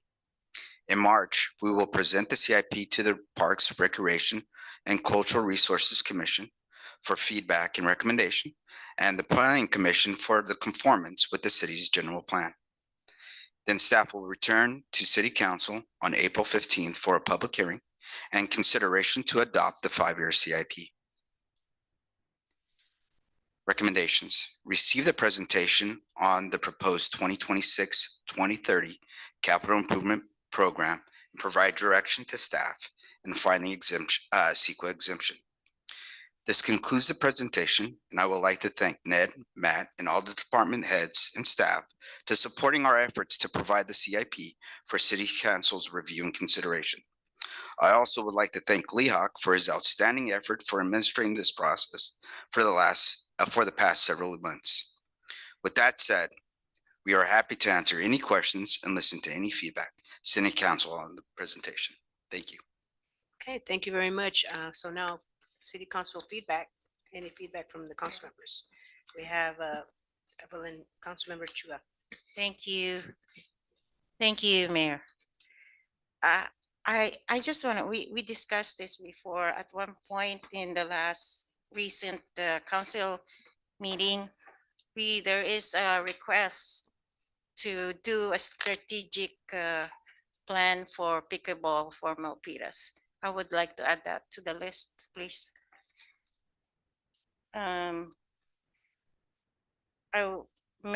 I just want to make sure that there is that pilot project for the lighting, especially for the streets that are dark, and for safety reasons. That's a good way to do a pilot project on those. And they even told me at the demo that those solar panels last for 10 to 12 years. We'll find out.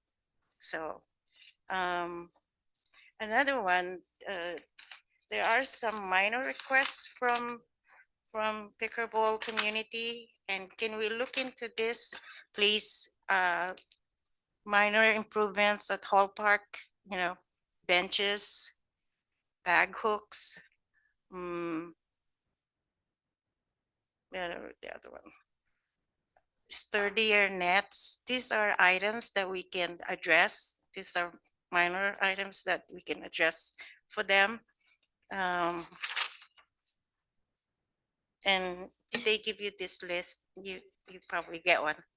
So if go over the list, please, and see what we can address right away and cost it. I also want to, I have a question for IT.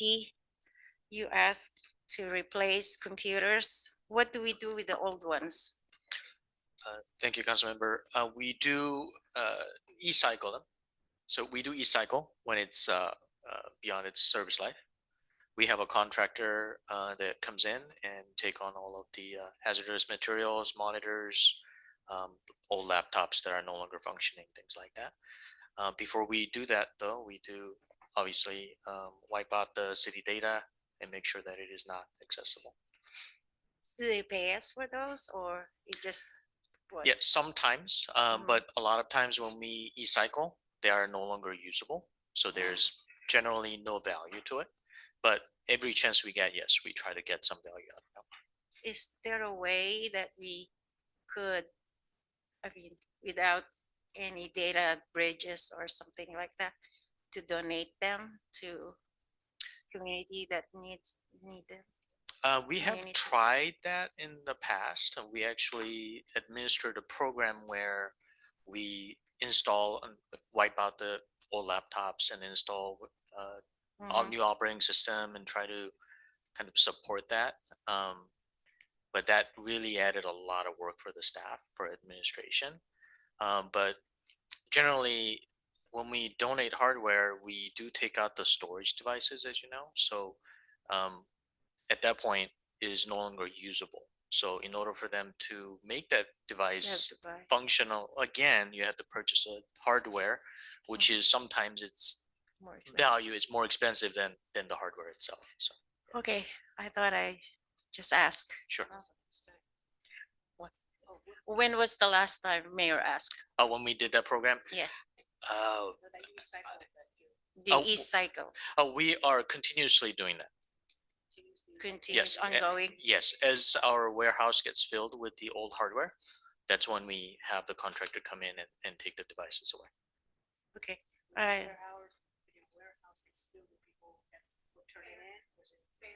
When the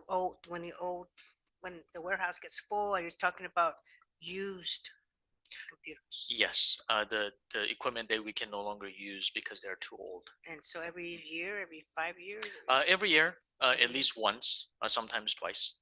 Okay.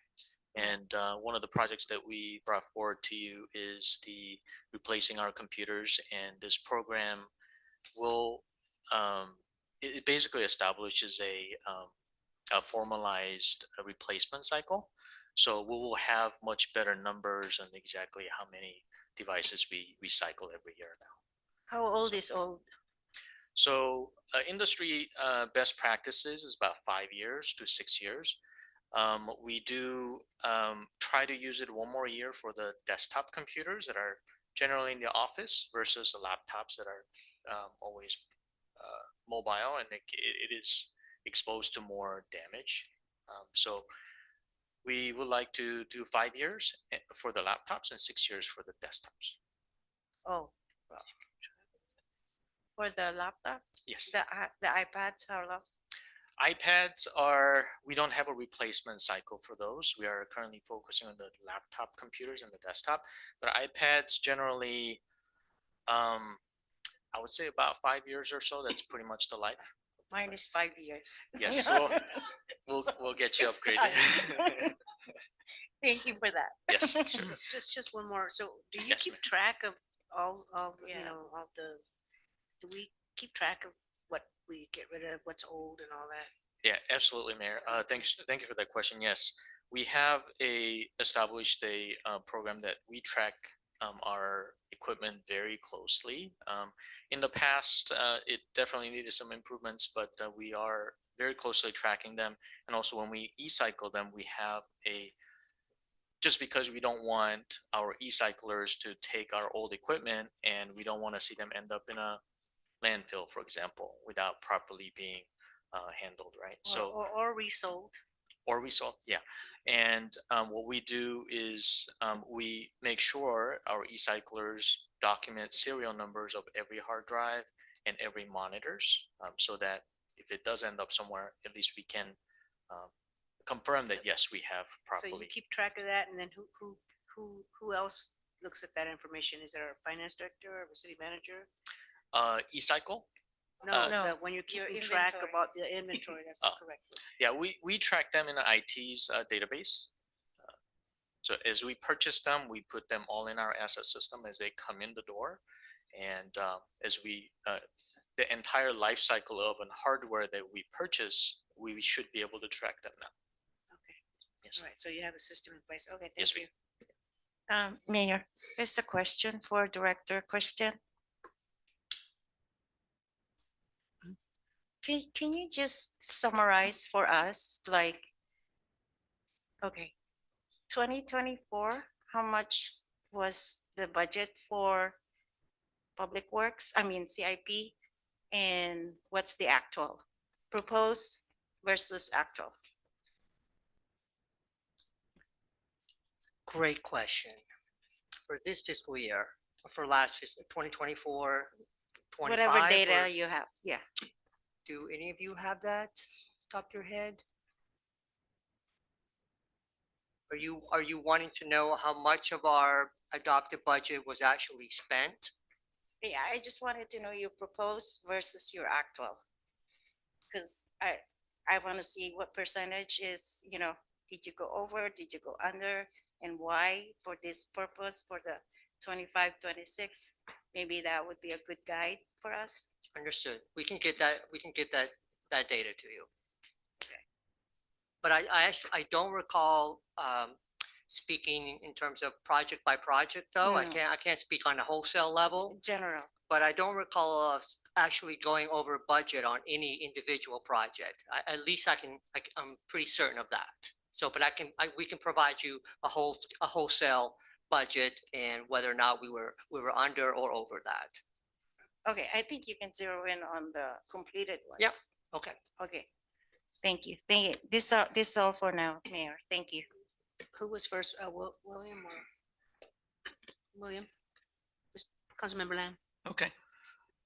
Couple questions. On the street lights, there are streets that are very dim and there are streets that are brighter. I haven't heard anything from you guys. Do you have plans to replace the light bulbs for those streets that are very dim?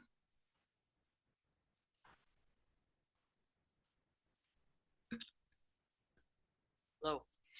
Yes. I'll do my best to answer that question, Councilmember Lamb. Thank you. We 3 years ago, we completed citywide LED replacement. So all 5,400 lights sound about right. The number off the top of my head. More or less, they were all converted to LEDs. That's not what I experienced while I camping. So, okay, that's an interesting point now. what we have been experiencing with our lights are incidences of vandalism. And that is attributing to why you might see either one or consecutive lights being out in any particular quadrant of the city. We, over the last year, maybe 18 months, we've had several incidences where the wiring has actually been pulled out of the light poles themselves. So, you know, they'll access the pole box at the bottom of the pole and they'll just rip the wiring straight out. And most recently, we've had 24 lights where the wiring was pulled out. So it's not something we can easily address. It takes our staff some time to re-energize those lights. But that would be I would venture to say that could be one of the reasons why you may have been hearing, or have been actually seeing yourself evidence of lights being out. So the hardware itself has been it's upgraded. not just out; they are dim. Yeah, how many lights are not replaced by LED? We did a citywide LED replacement program. Now, that's not to say that some lights aren't functioning at an optimal level. We receive that data and those service requests through our My Milpitas app, and we deal with them on an incident by incident basis. Yeah, that's not what I experienced a few months ago. Yeah. I wish you guys can drive through the streets of Milpitas to experience yourself. It's only 30 miles square. It doesn't take months to drive through it. It's just a few days to drive through it. And then you will see some streets are dim. It's nothing wrong with the light. It's just dim. I appreciate the comment. I will take that back to staff. And I will try to inform myself and understand if they are aware of this incident and if they need to address it and how so. Okay, and second question, I haven't heard anything about potholes. Can I real quick just add to the street light then before we talk about potholes? So Councilmember Lamont, I would also say that I know that Christian's team they're out there all the time in the city. So they in whether it's day, night, dark, and so they are around our city constantly. So I just wanted to point that out. Also, and as Christian indicated, he would follow up with the team, and he will. But I also, if there's a specific street that you notice that you think is dimmer than it should be, if you could point that out specifically to us, that would be very helpful, because then we can really hone in on the conversation around that specific street with you and with Christian and the team, and really kind of get to the bottom of why there may be a difference in opinion, or maybe there may be an issue on that street. So thank you for the feedback. And if there's a specific street you become aware of in the future or now, just let Christian and I know and we can follow up. Thank you. And then, sorry, I interrupted. You're going to go to potholes next. Can you address potholes? And I hear you guys trying to resurface some bigger streets. How about the smaller streets and potholes? I haven't heard anything about that. And then that's been a biggest complaint about from our residents. Nobody loves potholes. Yeah. We will invariably see an uptick in potholes. We see that after every rain event. The water will get into impaired asphalt. I will admit we have a very, very modest pothole replacement program in-house, and I would love to see that enhanced. We apply, we'll apply cold mix to potholes as quickly as we can. I should say that it's not uncommon for me to receive a complaint about a pothole and the pothole not be in a city right away. So I want to mention that, because this comes as a surprise to a lot of residents that I engage with, and I'll tell them that it's a Caltrans right away. We don't do maintenance to roadways on Calaveras or in some other areas. And so at that point, we will then go through the process and we'll submit a ticket with Caltrans, and we're at their mercy for when they may address actually, most of the complaints are on the smaller streets. Yeah. So on the residential streets, there are a lot of streets. And we have a very, very minimal, modest budget. And so we tend to focus most of our energy to dealing with potholes that pose more of a safety concerns on arterials and our collectors as opposed to our residentials. And, we're doing our best. And this instance of us taking this leap year and doing a slurry and Cape Seal project this coming summer is one way for us to mobilize our finite resources in the most strategic way possible. And we'll invariably address some of those residential streets.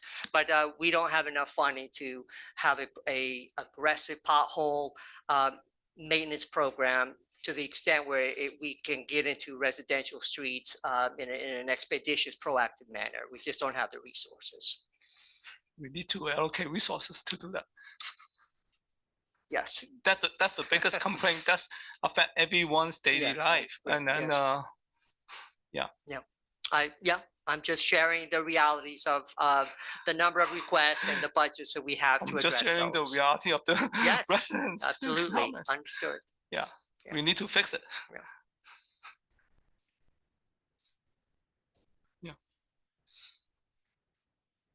Thank you. I think we have a Councilmember Lin. Thank you, Mayor. Yeah, right. So with the funding gap of $56 million for approved project, and then you said 654 for all the projects.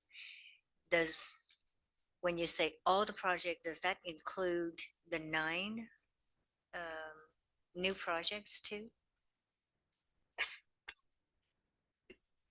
Oh, sorry, we're on page 44.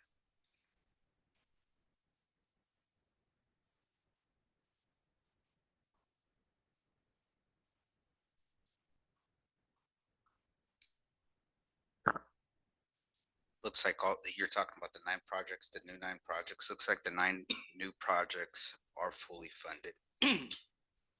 So it's included in the $654 million, correct? No, the 9 new projects are within the 5-year budget. Okay. It is in the 5 years. Correct. Project. So we do have funding already for that. Correct. And that's with the gap of 56 million, 56.9 million. Right. The 56.9 million is for the 5 years from 26 to 30. Right. Okay.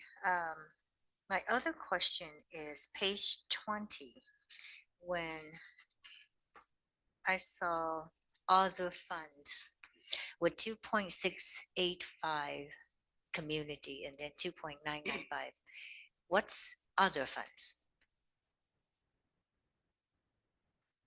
So other funds, it include, if you see that asterisk, there are 3. So at the bottom footnote. I saw that. So it is that 2.9 million. That is for the grant, SS for a grant, and equipment replacement fund of 1.85, information technology of 760, and the other small fund that is over there. Okay, so I read it right. Now with World Cup and Super Bowl coming in to Santa Clara into 2026, what do we do? What is our plan so that we will get a part of the share? That's a good pie right there on 2026, right? What is our plan?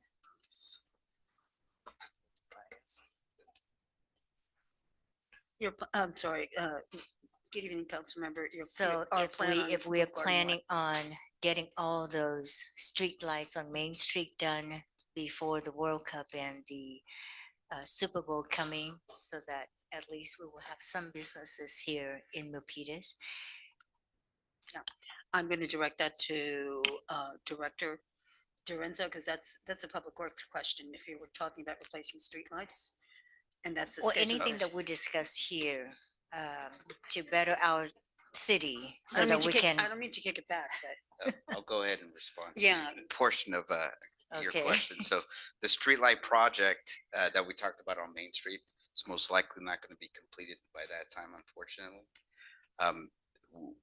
I don't know of any events that are planned because of the Super Bowl or the FIFA World Cup coming next year. I'm hoping that some of the spectators do come to our hotels. Oh, I'm and sure. And I hope they help I'm us out sure. from that point. Yeah, because we are so close to Santa Clara, closer Right, with than 230 San Jose. with 237 being, you know, that road that goes directly into the stadium. I would assume they would look at City of Milpitas to kind of for business. Yeah, Alex can add to this. Good evening, Mayor, Vice Mayor, City Council. Councilmember Lian, your question is it related to infrastructure or the city's involvement in making sure that All of the above. all of the Yeah, above? and I would just add, from an infrastructure standpoint, there's not much infrastructure, not significant infrastructure projects that are going to change in that area between now and then. But as Alex will say, there's still a big area of involvement for us. Yes, I will start with just some lessons learned from 2016 when the Super Bowl was last in the Silicon Valley. A lot of the activities that were planned in the southern part of the bay didn't actually happen. It was mostly taking place at the Moscone Center. So San Francisco and Napa and Sonoma were the entities that saw many of the benefits. And so back then, I think San Jose may have received revenues of like between 10 and 12%. We're hoping that things change this year, well, next year when the Super Bowl and the 5 World Cup games take place. The Office of Economic Development is working with local hotels, restaurants, and we're starting the conversation with the Chamber of Commerce, as well as Lynn Rice with the Great Mall. And so we will have a lot more to update you on soon as it relates to programming. But we recognize that we're only a few miles away from Levi Stadium. So we want to ensure that mostly our hotels and restaurants are able to capitalize on that. Yes, thank you. You're welcome. Look forward to hearing from you soon about the plans. Thank you, Mayor. Okay, thank you. We have Vice Mayor Robert Dale. I have different questions. So although I echo, the grassroots questions of my colleagues with regards to potholes, lights, which I share, and infrastructure regarding the coming big event. But I've been to several budget studies on CIPs like this, and what I've noticed is, our decision to fund, not to fund, or fund or not to fund first, are based on specific factors like it's the end of service life for certain equipments. There's new regulations, there's specific plans new, we have to conform with them. That's why we have to invest in these kinds of CIP infrastructures and prioritization, right, based on those factors that we showed. And to accomplish these things that we need to catch up, we look at funding sources. We've seen grants, sewer funds, we've seen ARPA, which is one time, we've seen impact fees, and all of this, and I appreciate, the work of the staff. You all put them together. It's just like a puzzle, and that's how you develop recommendations for CIP improvements and funding or not funding them, right? But here's a question to that, and so is that the, how will I call it? Is that the norm on how we decide which CIP projects the city needs, or is it more on, like the questions of my colleagues, is it more on what really will benefit the community going forward? Because if you look at the chart, right, although the direct benefit for the community is about 18%, if my memory serves me well, right? But most of the percentage of the pie chart is on infrastructures, which of course in the long run, or unfelt by the community, it will go down to their benefit, like resurfacing and stuff like that. But is that how is the standard in trying to project the 5 years on, as I said, which CIP projects needs to be funded or not to be funded? So thank you, Vice Mayor. So basically, I think as it shown on slide number 19, the way that we evaluate the funding request is based on several criteria. We want to make sure that it meet the council priority, available fundings and resources. So those are the criteria that we take a look and evaluate which project that we should recommend to move forward with. Right. So good that I expected that answer. But look at ARPA fund, right? ARPA fund generated a 5-year CIP plan when we had it a year or 2 years ago. So what I'm trying to ask is if this one-time source of funds, right, is incorporated in our decision to move forward on a CIP infrastructure project and fund it, then have we contemplated the next 3, 4, 5 years of the plan, since its original source from a one-time big source like ARPA? Did we project the source of that funding that originated from a one-time fund? For others, it's fine, right? Like the storm fee, if there is something about drainages, then get it from water fund, storm fee. But how about CIP projects that comes from grants, that comes from like the ARPA, big ones, and then it leaves us stale of funds in the 3rd or 4th year or 5th year of that CIP project? So best. I'll go ahead and answer to that. So Barbadillo, some funds are challenging than others. For an example, the gas tax fund. We can project out that the state through the gas tax, Measure B, SB1, will receive about $6 million per year. So we're able to take those funds and project the CIPs that we would like to do. For an example, the street resurfacing project or the sidewalk and repair project, we put a bunch of projects together based off that fund. Some of the funds are challenging, such as the park fund, or sometimes even the general government CIP fund. So those type of projects related to those funds, it's very hard to project out. So we do rely on these one-time funds. Like on the park fund, we were fortunate for a developer who paid park in lieu fees, that we were able to fund a few projects, as you saw this year. We're able to fund Senate Playground and also the bleachers replacement. But however, there's still a need for more park infrastructure. So that type of fund kind of renders to, with the uncertainty of development, which is typically driven that fund is other financing measures, or we continue to chase grants to fund the needs of the city. Unfortunately, state and federal grants are highly competitive, so there's never a guarantee flow stream for those funds. I hope that answered your question. And I wanted to add, Right. you also asked, is this how it's typically done? And I would say yes. This is how a lot of other organizations do it as well. It's the word you used, a puzzle, is a good word. It is like putting a puzzle together with all the factors. And as Michael mentioned, there's been, I don't know how many emails I've gotten the past couple of weeks on this one specific grant the team is looking for parks, because we are challenged. We don't have this sustainable ongoing funding for parks like we do for some others. So their team is really working hard on looking for grants to fill those gaps. Oh, I don't doubt that the team is working hard. I think what I'm trying to drive it is on a policy perspective, right? Because as admitted, we were lucky. We had that fund.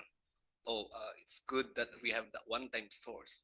So I think for policy considerations, that everybody may agree, this luck that we had, created the funding gaps of 56 million and 600 million, right? Out of the whole fund, we have steady sources, but the lucky funds that we have one time created these gaps. Am I at least correct in saying that? I would say that if we did not have the ARPA funds, the gap would have been a little bigger because we would likely have not been able to proceed with those park projects. Right. So those gaps are there because the subsequent years of the 5-year plan, we no longer have those luck having those grants, having those one-time funds. Correct, but I would also say that we are looking at options such as the pedestrian, a large portion of that gap is the pedestrian overcrossing project. The team has applied for grants for that project. We're also, depending on how many fees come into the Metro TASP area, it's possible, although there might likely be other priorities first, but there are fees coming into that mitigation fees through the TASP area that we could use for the projects in that area, and the team is looking for a grant to fund that. Right. So as I said, maybe just for a thought, just for policy considerations. So we're realizing probably for the last few budget cycles already that we had, that these gaps are created by, you're right, impact fees. We don't know how many projects will the TASP generate. We'll go forward later on that generates impact fees, right? But we know for certain that how much is left on TASP to develop, and we can project how much impact fees we will have to generate. So as I said, my comment and thoughts is about policy considerations. If now we know that these things are creating gaps and it's widening gaps, you're right, Matt. You said, hey, it's good that if we didn't have the ARPA, the gaps could have been double, right? We know that already. So for policy considerations, maybe on my 1 cent, maybe we incorporate that in the next few budget cycles, especially on CIPs, that hey, we learn that there's gaps because of this one-time funds. So maybe that's also a basis for us to prioritize. For example, those CIP projects that we had that came from ARPA funds. I keep on hammering on ARPA funds because it's the ideal example for a one-time fund, right? And I'm sure, although we got a good chunk of the ARPA funds, those CIP projects that we dedicated to for the spending of the ARPA funds are not completed because ARPA funds are droughted already. So now we're scrambling, for grants or whatever sources they're in. So I think for policy consideration, as I said, when we prioritize, when we make recommendations, we consider that. We consider that at some point, one-time funds, luck funds, if I may call them, will drought, and on the next few years of the 5-year plan, then we will have to look for funding. So if we look at it that way, then maybe prioritization will be different.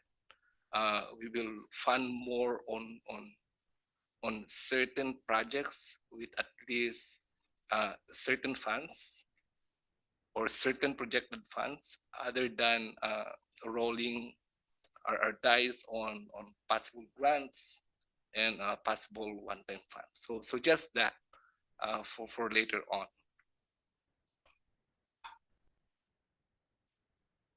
Yes, Mayor, I'm done.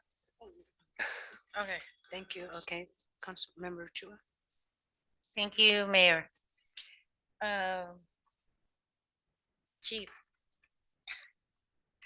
You thought you got away, right? I almost got out of here. On the new projects for 26, 25, 26, equipment replacement, the source is equipment replacement fund, 1.850 million.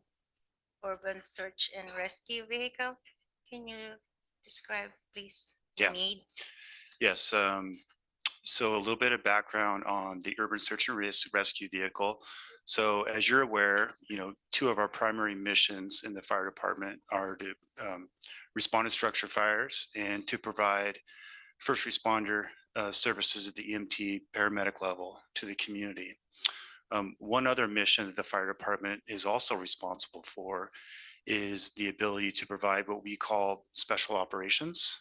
These are what we consider, high risk, low frequency events. So examples of those would be high angle rescues, low angle rescues, confined space rescue, trench rescue, structural collapse. And in order to achieve that mission, we need to deploy what we call our urban search and rescue, which is just a giant mobile toolbox where we carry generators, breaching equipment, confined space equipment, search cameras, chainsaws, lumber packages, etc. All of this specialized equipment is too heavy and too large to carry on our fire engines that you see out on the street every day. Their primary mission is to carry water and hoses, and obviously our single ladder truck carries all of our ladders. So all of that other equipment, the special operations equipment, to include our entire earthquake response package, is all carried on our urban search and rescue vehicle, and we've got one. That vehicle was purchased in 1999 and placed into service in 2000. So it's been in service for 25 years. The industry standards and the NFPA recommendations to replace those vehicles is typically 15 years as a frontline. So it's served as a frontline for 25 years. So, it's definitely exceeded its life. I will say that we've done our best to, promote its longevity. We've repurposed it multiple times. We've reconfigured it, but we're at a point now where we really need to, replace that vehicle, and with a newer vehicle where we can carry all of that equipment on one apparatus. And then, from an operational efficiency perspective, we anticipate, if we're fortunate enough to get this vehicle, we're going to phase out some of the other vehicles in our fleet and consolidate equipment on that single vehicle, which will save the city money in the long term. And one example of that is, currently we've got a hazardous materials vehicle and that urban search and rescue vehicle that I just mentioned. What we'd like to do is phase out that hazardous materials vehicle and consolidate all of our hazardous materials and urban search and rescue equipment on one vehicle. And that will save the city in the future having to pay another $1.8 million for the hazmat vehicle. So we think that over the long term, this is more operationally efficient. And then again, based on the lifespan of the vehicle, using those recommendations, it's well over 10 years past its due date to get replaced. I'll pause there. Happy to answer any questions. Do you need additional staff to man this new equipment replacement? Great question. Search question. Do you No. need FTE to manage? We don't. So, due to our current staffing model, the deployment model that we have, we don't staff it. We call it, I don't want to use the word cross staffing, but the way that we currently deploy the vehicle, because we don't need it every day. Those aren't the types of calls we respond to every day, but we have to be prepared to. So what we do is we utilize the personnel assigned to Station 1 in the ladder truck. And in the event we have to deploy that vehicle, let's say an example would be up on the hillside for a hang glider rescue, where we need to set up a complex high angle rope system. We'll have the crews from the ladder truck jump over to that vehicle, and they'll get it up to the site where we need it to access the equipment. So it's not currently staffed. Thank you. That explains it really well. Thank you so much. I was just based on Chief's feedback. Do we do for the new projects, for the new requests? Can we do a cost benefit analysis? Because I hear like some savings, you're asking 1.85, 1 point something million, but Chief said, you're gonna retire. Obviously, if you retire 2 or 3 vehicles, then we can sell those and we can get some money back. If we can do cost benefit analysis on Did we have like 9 new ones? When some that are applicable, I'd like to see that. Yeah, I think the last comment you said that it may not be applicable to some projects, but That's some right, projects it may whatever. be. This So one is good. maybe Michael, we can kind of, Lehock, we can put some thought into I that. hear like some savings, so it's not really 1.8, it's less. Yes, we can look into that and report it back. Okay, sounds good. On the other one, my other question is the next slide after that is the Senate Park Playground renovation, my favorite. Yes. It's been my favorite for the last 4 years. And actually, Senate Park is the one that jumpstart the park. That's why we have 4.3 million or 4.2. When we went there, everybody went there. Ned, Mayor, Matt went there because the residents wanted to see how bad that thing is. And it looks to me you have funding for this one, 1.7, is that true? That is correct. That is the recommended funding for this fiscal year, for next fiscal So that's year. included in the budget? Yes. Okay, and what are you gonna use it for? So that 1.7 is for the constructions of the playground. Oh, wow. So we are currently in the community outreach phase. We just complete the first outreach last The week. design, right? You That is the completed design. the design. Not the design, just the outreach to gather the input from the community of what type of playground that they would like to see and what amenity they want to see. So we finished the first outreach. We plan to do the second outreach sometime in April.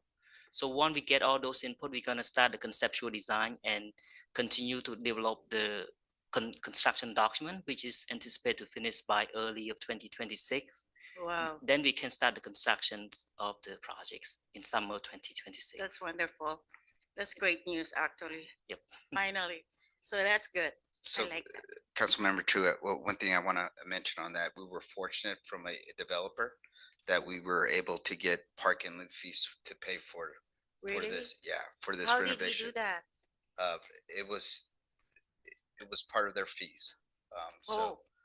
So that was the good thing. So we were able to kind of find funding to fund a very nice playground renovation. It was part of the developer's mandated park impact fees. It wasn't anything above and beyond that they provided. Ooh. And it's yeah. Can we get more? I think that's part of the. Can we get more?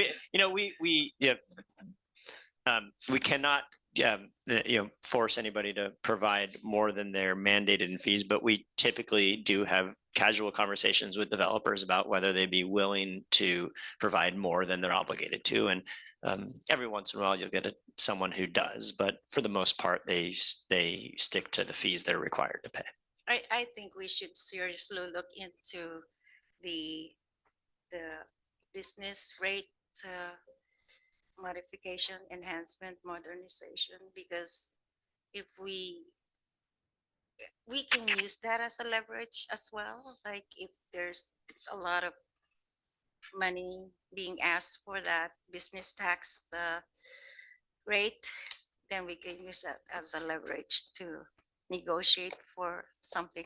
I don't know. I was just thinking about that the other night. Right? Yes, we have for our operating budget discussion, we have one of the projects that needs funding that is a council priority is the business tax license effort. And that's part of that discussion for the operating budget study session. Sounds good. Thank you so much. Thank you. And thank you, Chief. And thank you. Thank you, Mayor. I don't see anybody else. Okay, Yeah. so I have a couple of questions. Councilmember Lamb. Oh, thank you, Mayor. Can you go back to slide 18? 2026 to 2030 proposal for CIP cost sum.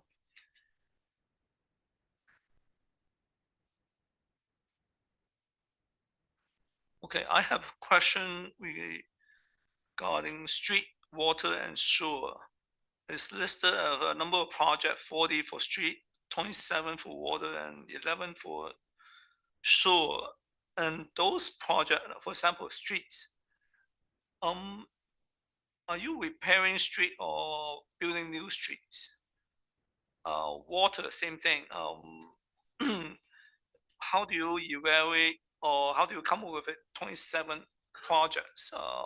Is it based on in the past you guys has done some study, find out certain water pipes has been aging and you need to replace those? Same thing with sewer, and then that's how you come up with a this number.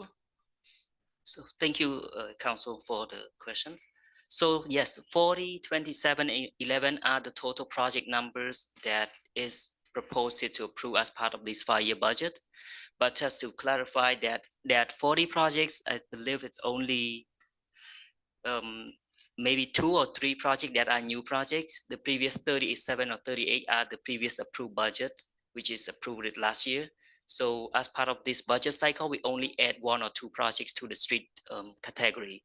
The same as the water project, 25 of those projects are the prior year's approved projects, and we add 2 new projects in that category as well. And so I believe we only have 1 new projects add to this fiscal years only. Okay, so those projects are repairing or new It's installations? Thank you, Council Lamb. So the number of projects that, for an example, in the street or the sewer or the water category depend on various items. In the water and sewer, they're pretty much going to be dictated by the water and sewer master plan. So most of those projects are going to be for repairs. For the water, there are projects that are dictated by the specific plan of the task area. And there's some about 5 or 6 projects dictated from that area. So it all depends. It can be dictated by a specific plan or a water master plan. And typically for like the specific plan, they're going to require new infrastructure. So the specific plan needs new infrastructure for that specific area. The master plan is probably upgrading new facilities and perhaps even adding new facilities that we need to accommodate the growth of the city as we move toward the 2040 projections also. And then the street varies. It really does. It's based on plans. It's based on programs that we have, like the street resurfacing program. We usually create a project on an annual basis for that. We have the annual sidewalk program. We have a street lighting project that's a newer infrastructure. So you get a lot of projects within the street category that it's always in a big need. I hope that answered your question. Yeah, I want to get an idea. Each of the project, how big scope is that? Like, for example, streets. Each project is involved with how big of an area? It all depends. Oh, okay. It all depends. So it could be a bigger project or a smaller project. It could be. It could okay. be. Same thing with water and sewer. That is correct. I mean, for an example, on the streets, you have a project for developing a traffic studies plan, or you have a project that we're looking at for a street resurfacing project. The cost difference between two are, one's $500,000, the other one's 4.4 million. So it all depends on the project. Thank you. And I want to add, council members. So if you look, this is current fiscal year's approved capital budget. And so every project has a couple pages in the book, and most of them have a map that shows the location. There's a long description with notes and some budget paid numbers as well. And so for all the existing projects, you can kind of see that information by flipping through this really big document. And if you have any questions on any of them specifically, we can always kind of talk about it. Councilmember Lamb, I just want to clarify something. You see $70 million earmarked in sewer. I want to be clear. That money also captures our contributions for our proportionate share for the plant improvements at the San Jose treatment facility. So it's itemized here as a CIP project. It's in our CIP budget. But what we're seeing, what they've provided to us for the next 5 years is an estimated, our proportionate estimated share of our contribution to their $1 billion CIP program. So they have a treatment capacity of 168 million gallons a day. We own 14.25 million gallons a day of that treatment capacity. We pay that proportionate share of their $1 billion CIP budget, and it's captured here. I don't want it to look like we're spending $70 million that you're going to see here specifically in the community, but it is for their plant enhancements that we benefit because they'll be able to treat for our facility. So I believe there's probably about 25 to $28 million of that is what we are expecting to contribute to San Jose for our proportionate share.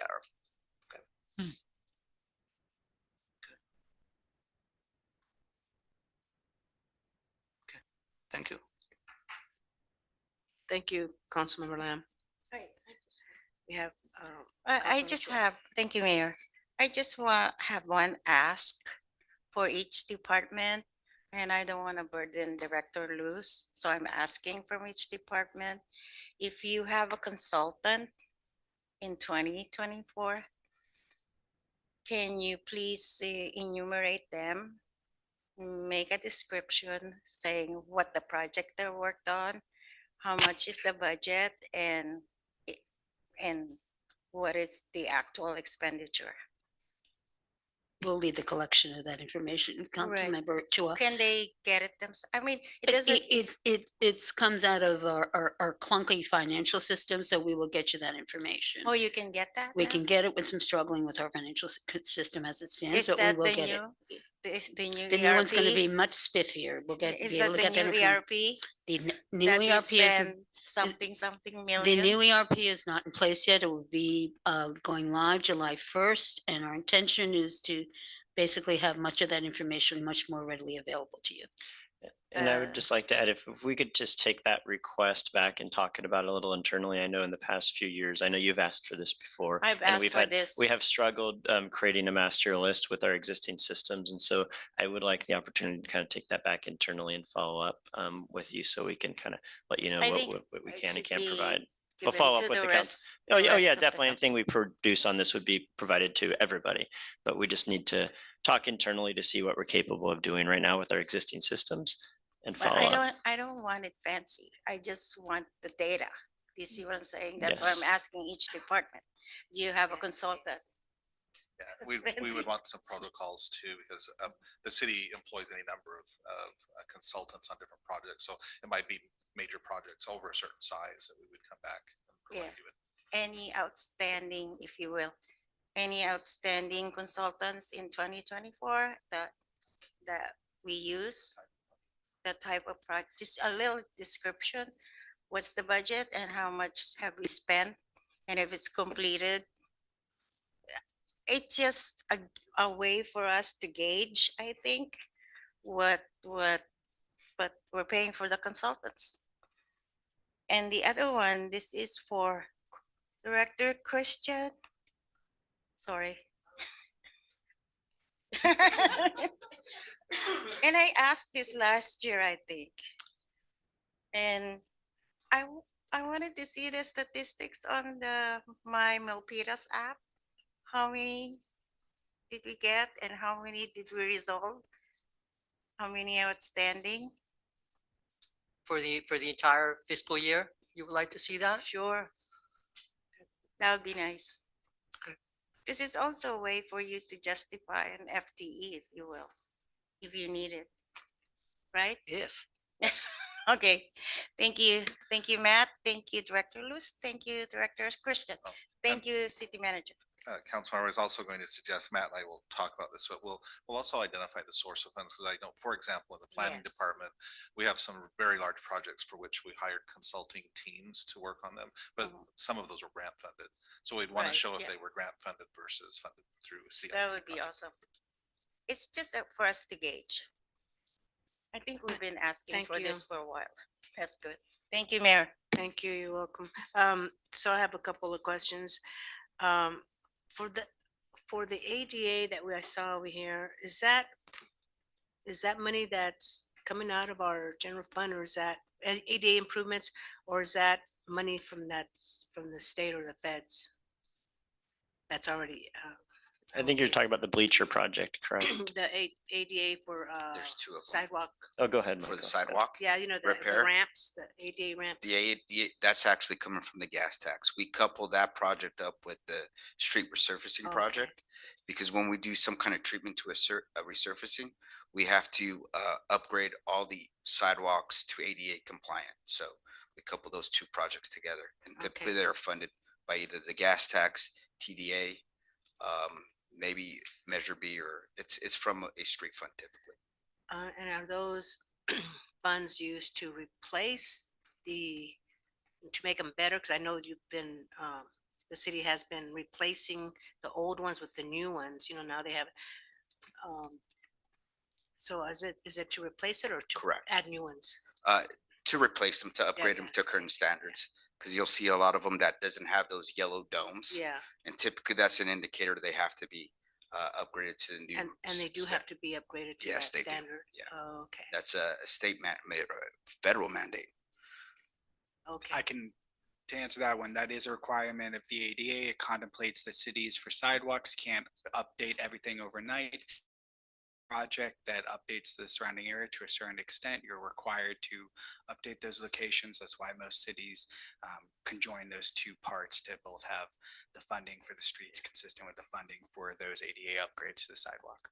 Okay, thank you. Also, I'd like to see a grant writer position, but I don't know if that's for the operational budget, but operating budget, or is it CIP budget? That would be for both. So that's what I would like to see, because I think having a grant writer on board, I know we used to have one, I don't know what happened. Yeah, Mayor, we do have a consulting on, I will call it retainer, for writing grants for us. And so the consultant been very active with our team lately. And the consultant reviews our master plans. They've actually reviewed our master plans, our CIP, and some of our operational needs, and met with the key departments as good, well. okay.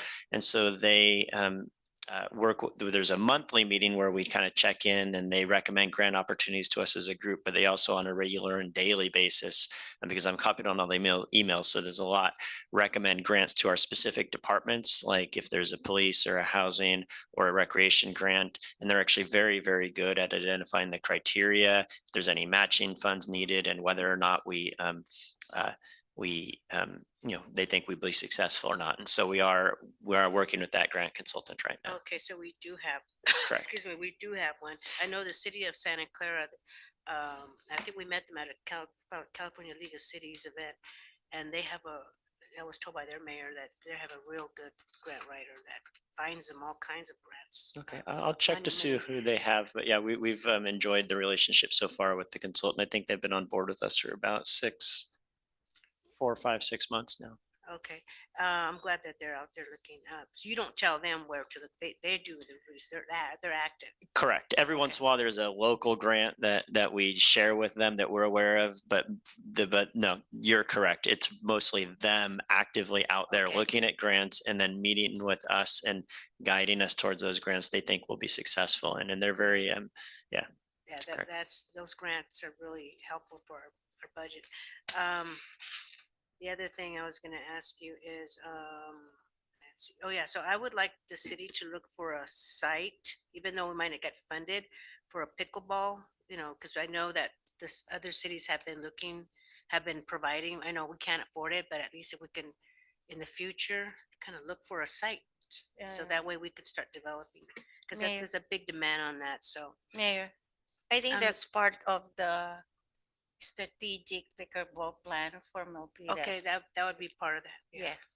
And then also, when we're doing our parks, if you can even think about that strategic plan, maybe if there's a park where there's less homes there, perhaps doing a conceptual design with a pickleball court, or even a cricket, what do they call it, field or something. Just throwing it out there for, because I know there's a huge demand for cricket, and I think they've been reaching out to the schools.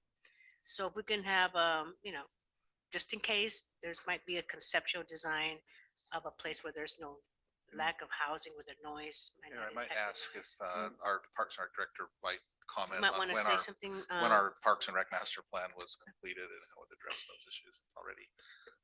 Yes, and good evening, Mayor and City Council members. Renee Lorenzen, Director of Recreation and Community Services. I moved to the mic as I felt a question coming on. So we did look at pickleball as far as interest from the communities in the Parks and Rec Master Plan. There was indication for interest at Gill Park, Hall Park, and at Senate Park. Senate Park is completely encapsulated with homes around it. And there was discussion about was that interest over at the Bob Brown tennis courts, but we can't interpret it at this point. But as we're moving through and putting new parks, it is a discussion about active court systems in general and how close they are to new developments or existing developments. So it is a consideration that we're looking at. We're also looking at the plan, which you all have messaged clearly, and we support that we need to look at that plan when we're looking at renovation and building new parks. What is that standard and where are we at as far as national and best practices for number of courts per capita or per population? And so we do have some numbers that we're trying to achieve over the next few years and within the plan as far as sport courts, fields, etc. So we are Great. keeping track of that. Yeah. So I just want you to keep in mind, have it in the back of your mind while you're doing those conceptual plans of the parks. Is this a good site for a future pickleball court? Right. Just to have it in the back of your mind, and it might be a place where we can have a future site. Yeah. So yes, we are, Mayor. Thank you for confirming that. Yeah. Okay, and that's part of our strategic pickleball plan. Right, I think that was an ask from Is that going Councilmember to come Chua. before us anytime soon? So, yeah, so at one of the slides, it did mention that the last, knock on wood, survey of pickleball at Hall Park, as far as users and neighbors is out now. So we do want to let that sit and be responded to for about the next 3 weeks. We'll take a look at the data and be back to the council, early spring and make some final recommendations. We do have the paper that the pickleball club provided this evening as well. So we'll be back in front of you so that we can bring to you options for some final determination on that topic. And also, I noticed you have here some of the sites that you recommended, or I'm not sure, but you didn't put on there. Oh, one of them. Oh, here it is. Excuse me. I think one of them was okay. The bleachers. Okay, so that came up about 3 years ago, and it was a safety issue. So I'm glad that that's. I think it's needed because it's a safety. I think one of the children fell in there, so that's important. And going back to the softball fields, I know it's been on the books for 4 years now, and the reason why that was prioritized was because they had a softball field that was called the Roger Lee softball field, but when the school district decided to put the tracks, they were told they had to leave, so they didn't have anywhere to go. Yeah. So I know they were moved, or part of it was moved to Dixon Landing. Are there plans to renovate that, or to instead of the Cardoza Park? So what's going on with that? So you're correct. They no longer have access to the fields that were part of the Russell school field system. That was a joint use agreement. So the program has been moved to Dixon Landing Park, where they have access to 4 softball fields. They also utilize Gill Park softball and Cardoza Park softball. But the main hub for them is at Dixon. The work that Public Works Engineering is doing our consultants and recreation services and our stakeholders was to look at Cardozo Park as a prospective site. We are planning a meeting with those stakeholders, which is the softball PAL board, in the next couple of weeks to go over what those findings are.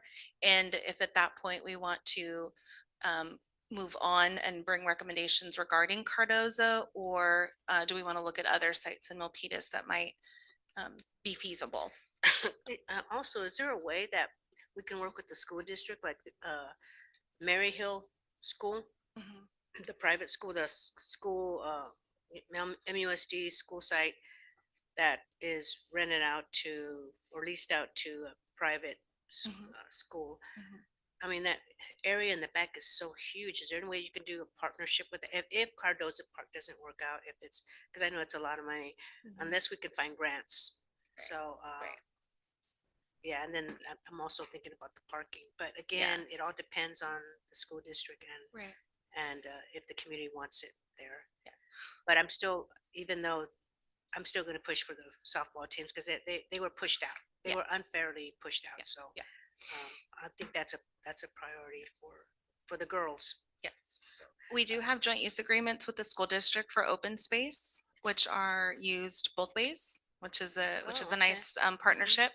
The school on Yosemite, which is the old oh gosh, I can't remember the name of the school back. Oh, the old Murphy School. They do have that leased out. I was at Murphy Park yesterday morning. They do use the grass for physical education for that school. So if we were to look at using the grass area, it would probably have to be a discussion with the school district and whatever their lease includes with that school for the grass area for PE. But we can check in if we get to that point. Okay, and then the other one, Main Street lighting project, I think that's important. Because it's, you're thinking long-term, you're thinking about the integrity of the lighting. But I would like for you guys to see if PG&E can, put in some funding for that. So I think that's it. That's all of my questions for now. And of course, we do need the roofing repairs. The other one, the library elevators. So I don't want to put money in there and then a month later they go and destroy it again, and then we have to put in new elevators. Because how much was that costing us? $510,000. And that's just for one elevator or two? It's for both. For both, okay, $500. So $500,000. And I just really, do we have cameras there, or do we?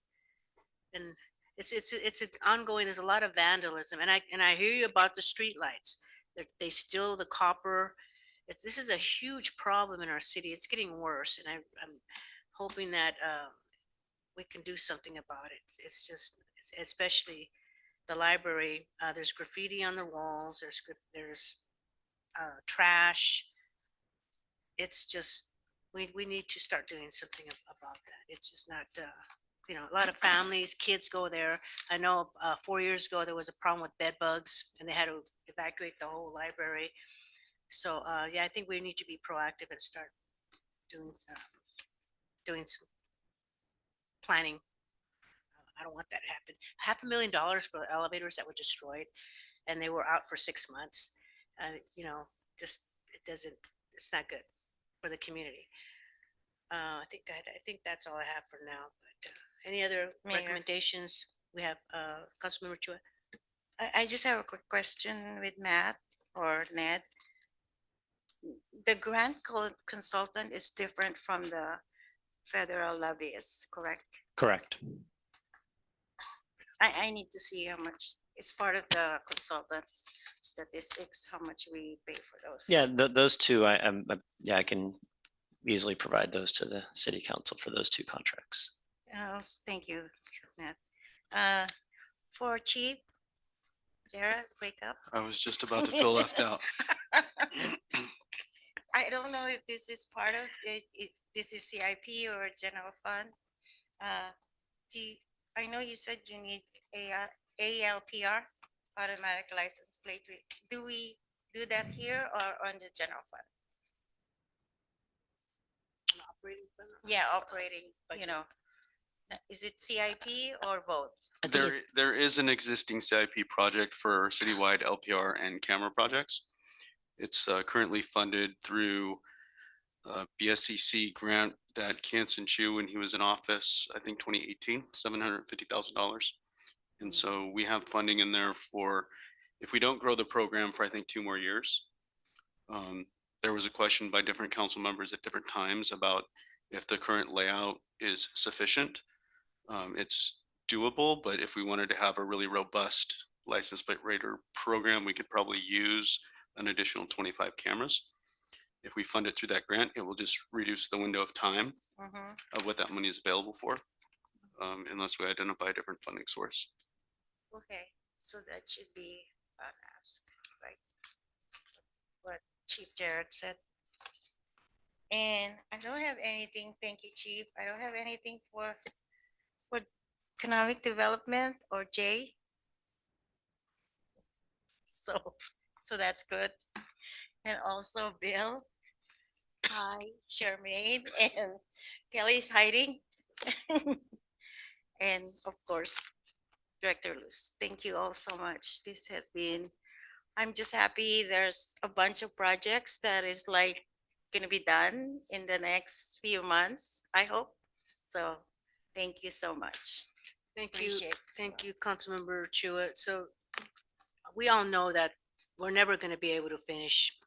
There's just not enough money to do all the projects, but this is a prioritization, we feel is important to the community. One more thing about public art. So I serve on the BTA board and, you know, they tell me when there's grants available. So there is a grant and I'm surprised we haven't applied for it. It's for murals, you know, cause I saw that here we're 30,000.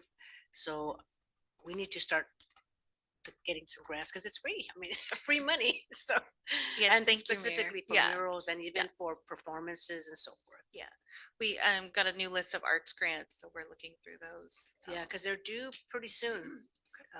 Yeah, we'll take a I look. hope we didn't miss the deadline. Oh, fingers crossed. Yeah. All right, thank you. I don't see any more questions. Oh, we have one more from Vice Mayor Barbadillo. Pickleball. So we keep on you know hearing that most parks are infeasible. You know, some parks a possible location is encapsulated with households. I mean houses, right? How about the idea of having to partner with private entities, and or during the last few years, if there's a developer that comes, we condition them on some public benefit and they make a park in their projects. Maybe that's also a way to innovate and incorporate on the plan, future plan for pickleball. Not only pickleball, maybe some private entities would be willing to sponsor us a baseball field, something like that. Not just limited to our resources or public part of the city. Thank you, Vice Mayor, for that. There are some communities or developments that have private recreational spaces, and some of them have put in different types of courts and outdoor amenities that serve their residents and are accessible to them. So there are different types of court systems in HOAs, for example, that are available to them. So that you're on point with that for sure. I know that we had a lot of fun with Alex and the name of some private groups that do provide pickleball in different types and forms. So I'll let him speak to that, but we are aware of the interest and are trying to see what's out there and what we could bring into the city. I'll turn it over to Alex Andrade. Thank you. Just a couple of updates. I have, in the last year and a half, worked with a real estate broker to try to attract Chicken and Pickle to our Great Mall. They need about 3 acres. And so there seemed to be interest by Simon Property, but it would negatively affect the availability of parking, especially during the holiday time, so they weren't able to move forward. I also have had conversations with Amazon about a surface parking lot located on McCarthy Boulevard. I'm waiting to hear back from them. Also, most recently, there was a conversation, Planning Director Lee and I had a conversation with a potential applicant that would go into a site on McCarthy for an indoor pickleball court, but turns out that they weren't as well financed as we had hoped. So there's conversations being had. We'll keep you apprised. Maybe we incentivize them, we promise them to have a roving patrol car twice a week, something like that. Then it's gonna enhance their business and, they give us the public benefit, as creative as we are. We recognize it's very important for the community, so we will keep eyes and ears open. Thank you. Thank you, staff, for all your hard work for this presentation. And so now, excuse me, we will move on to the end of our session. Announcements. Any announcements, City Manager? No announcement. Okay, council members, any announcements?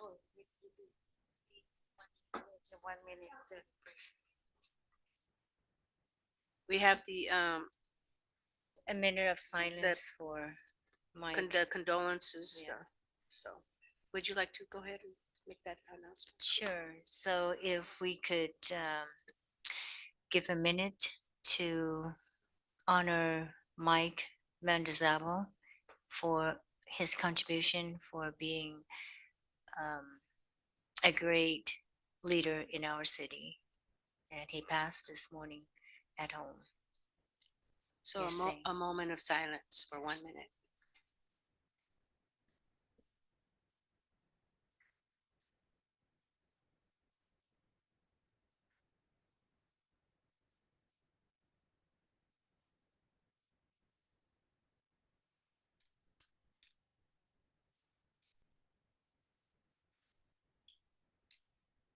Thank you. Okay, thank you very much, everyone. Meeting adjourned. Thank you. You know.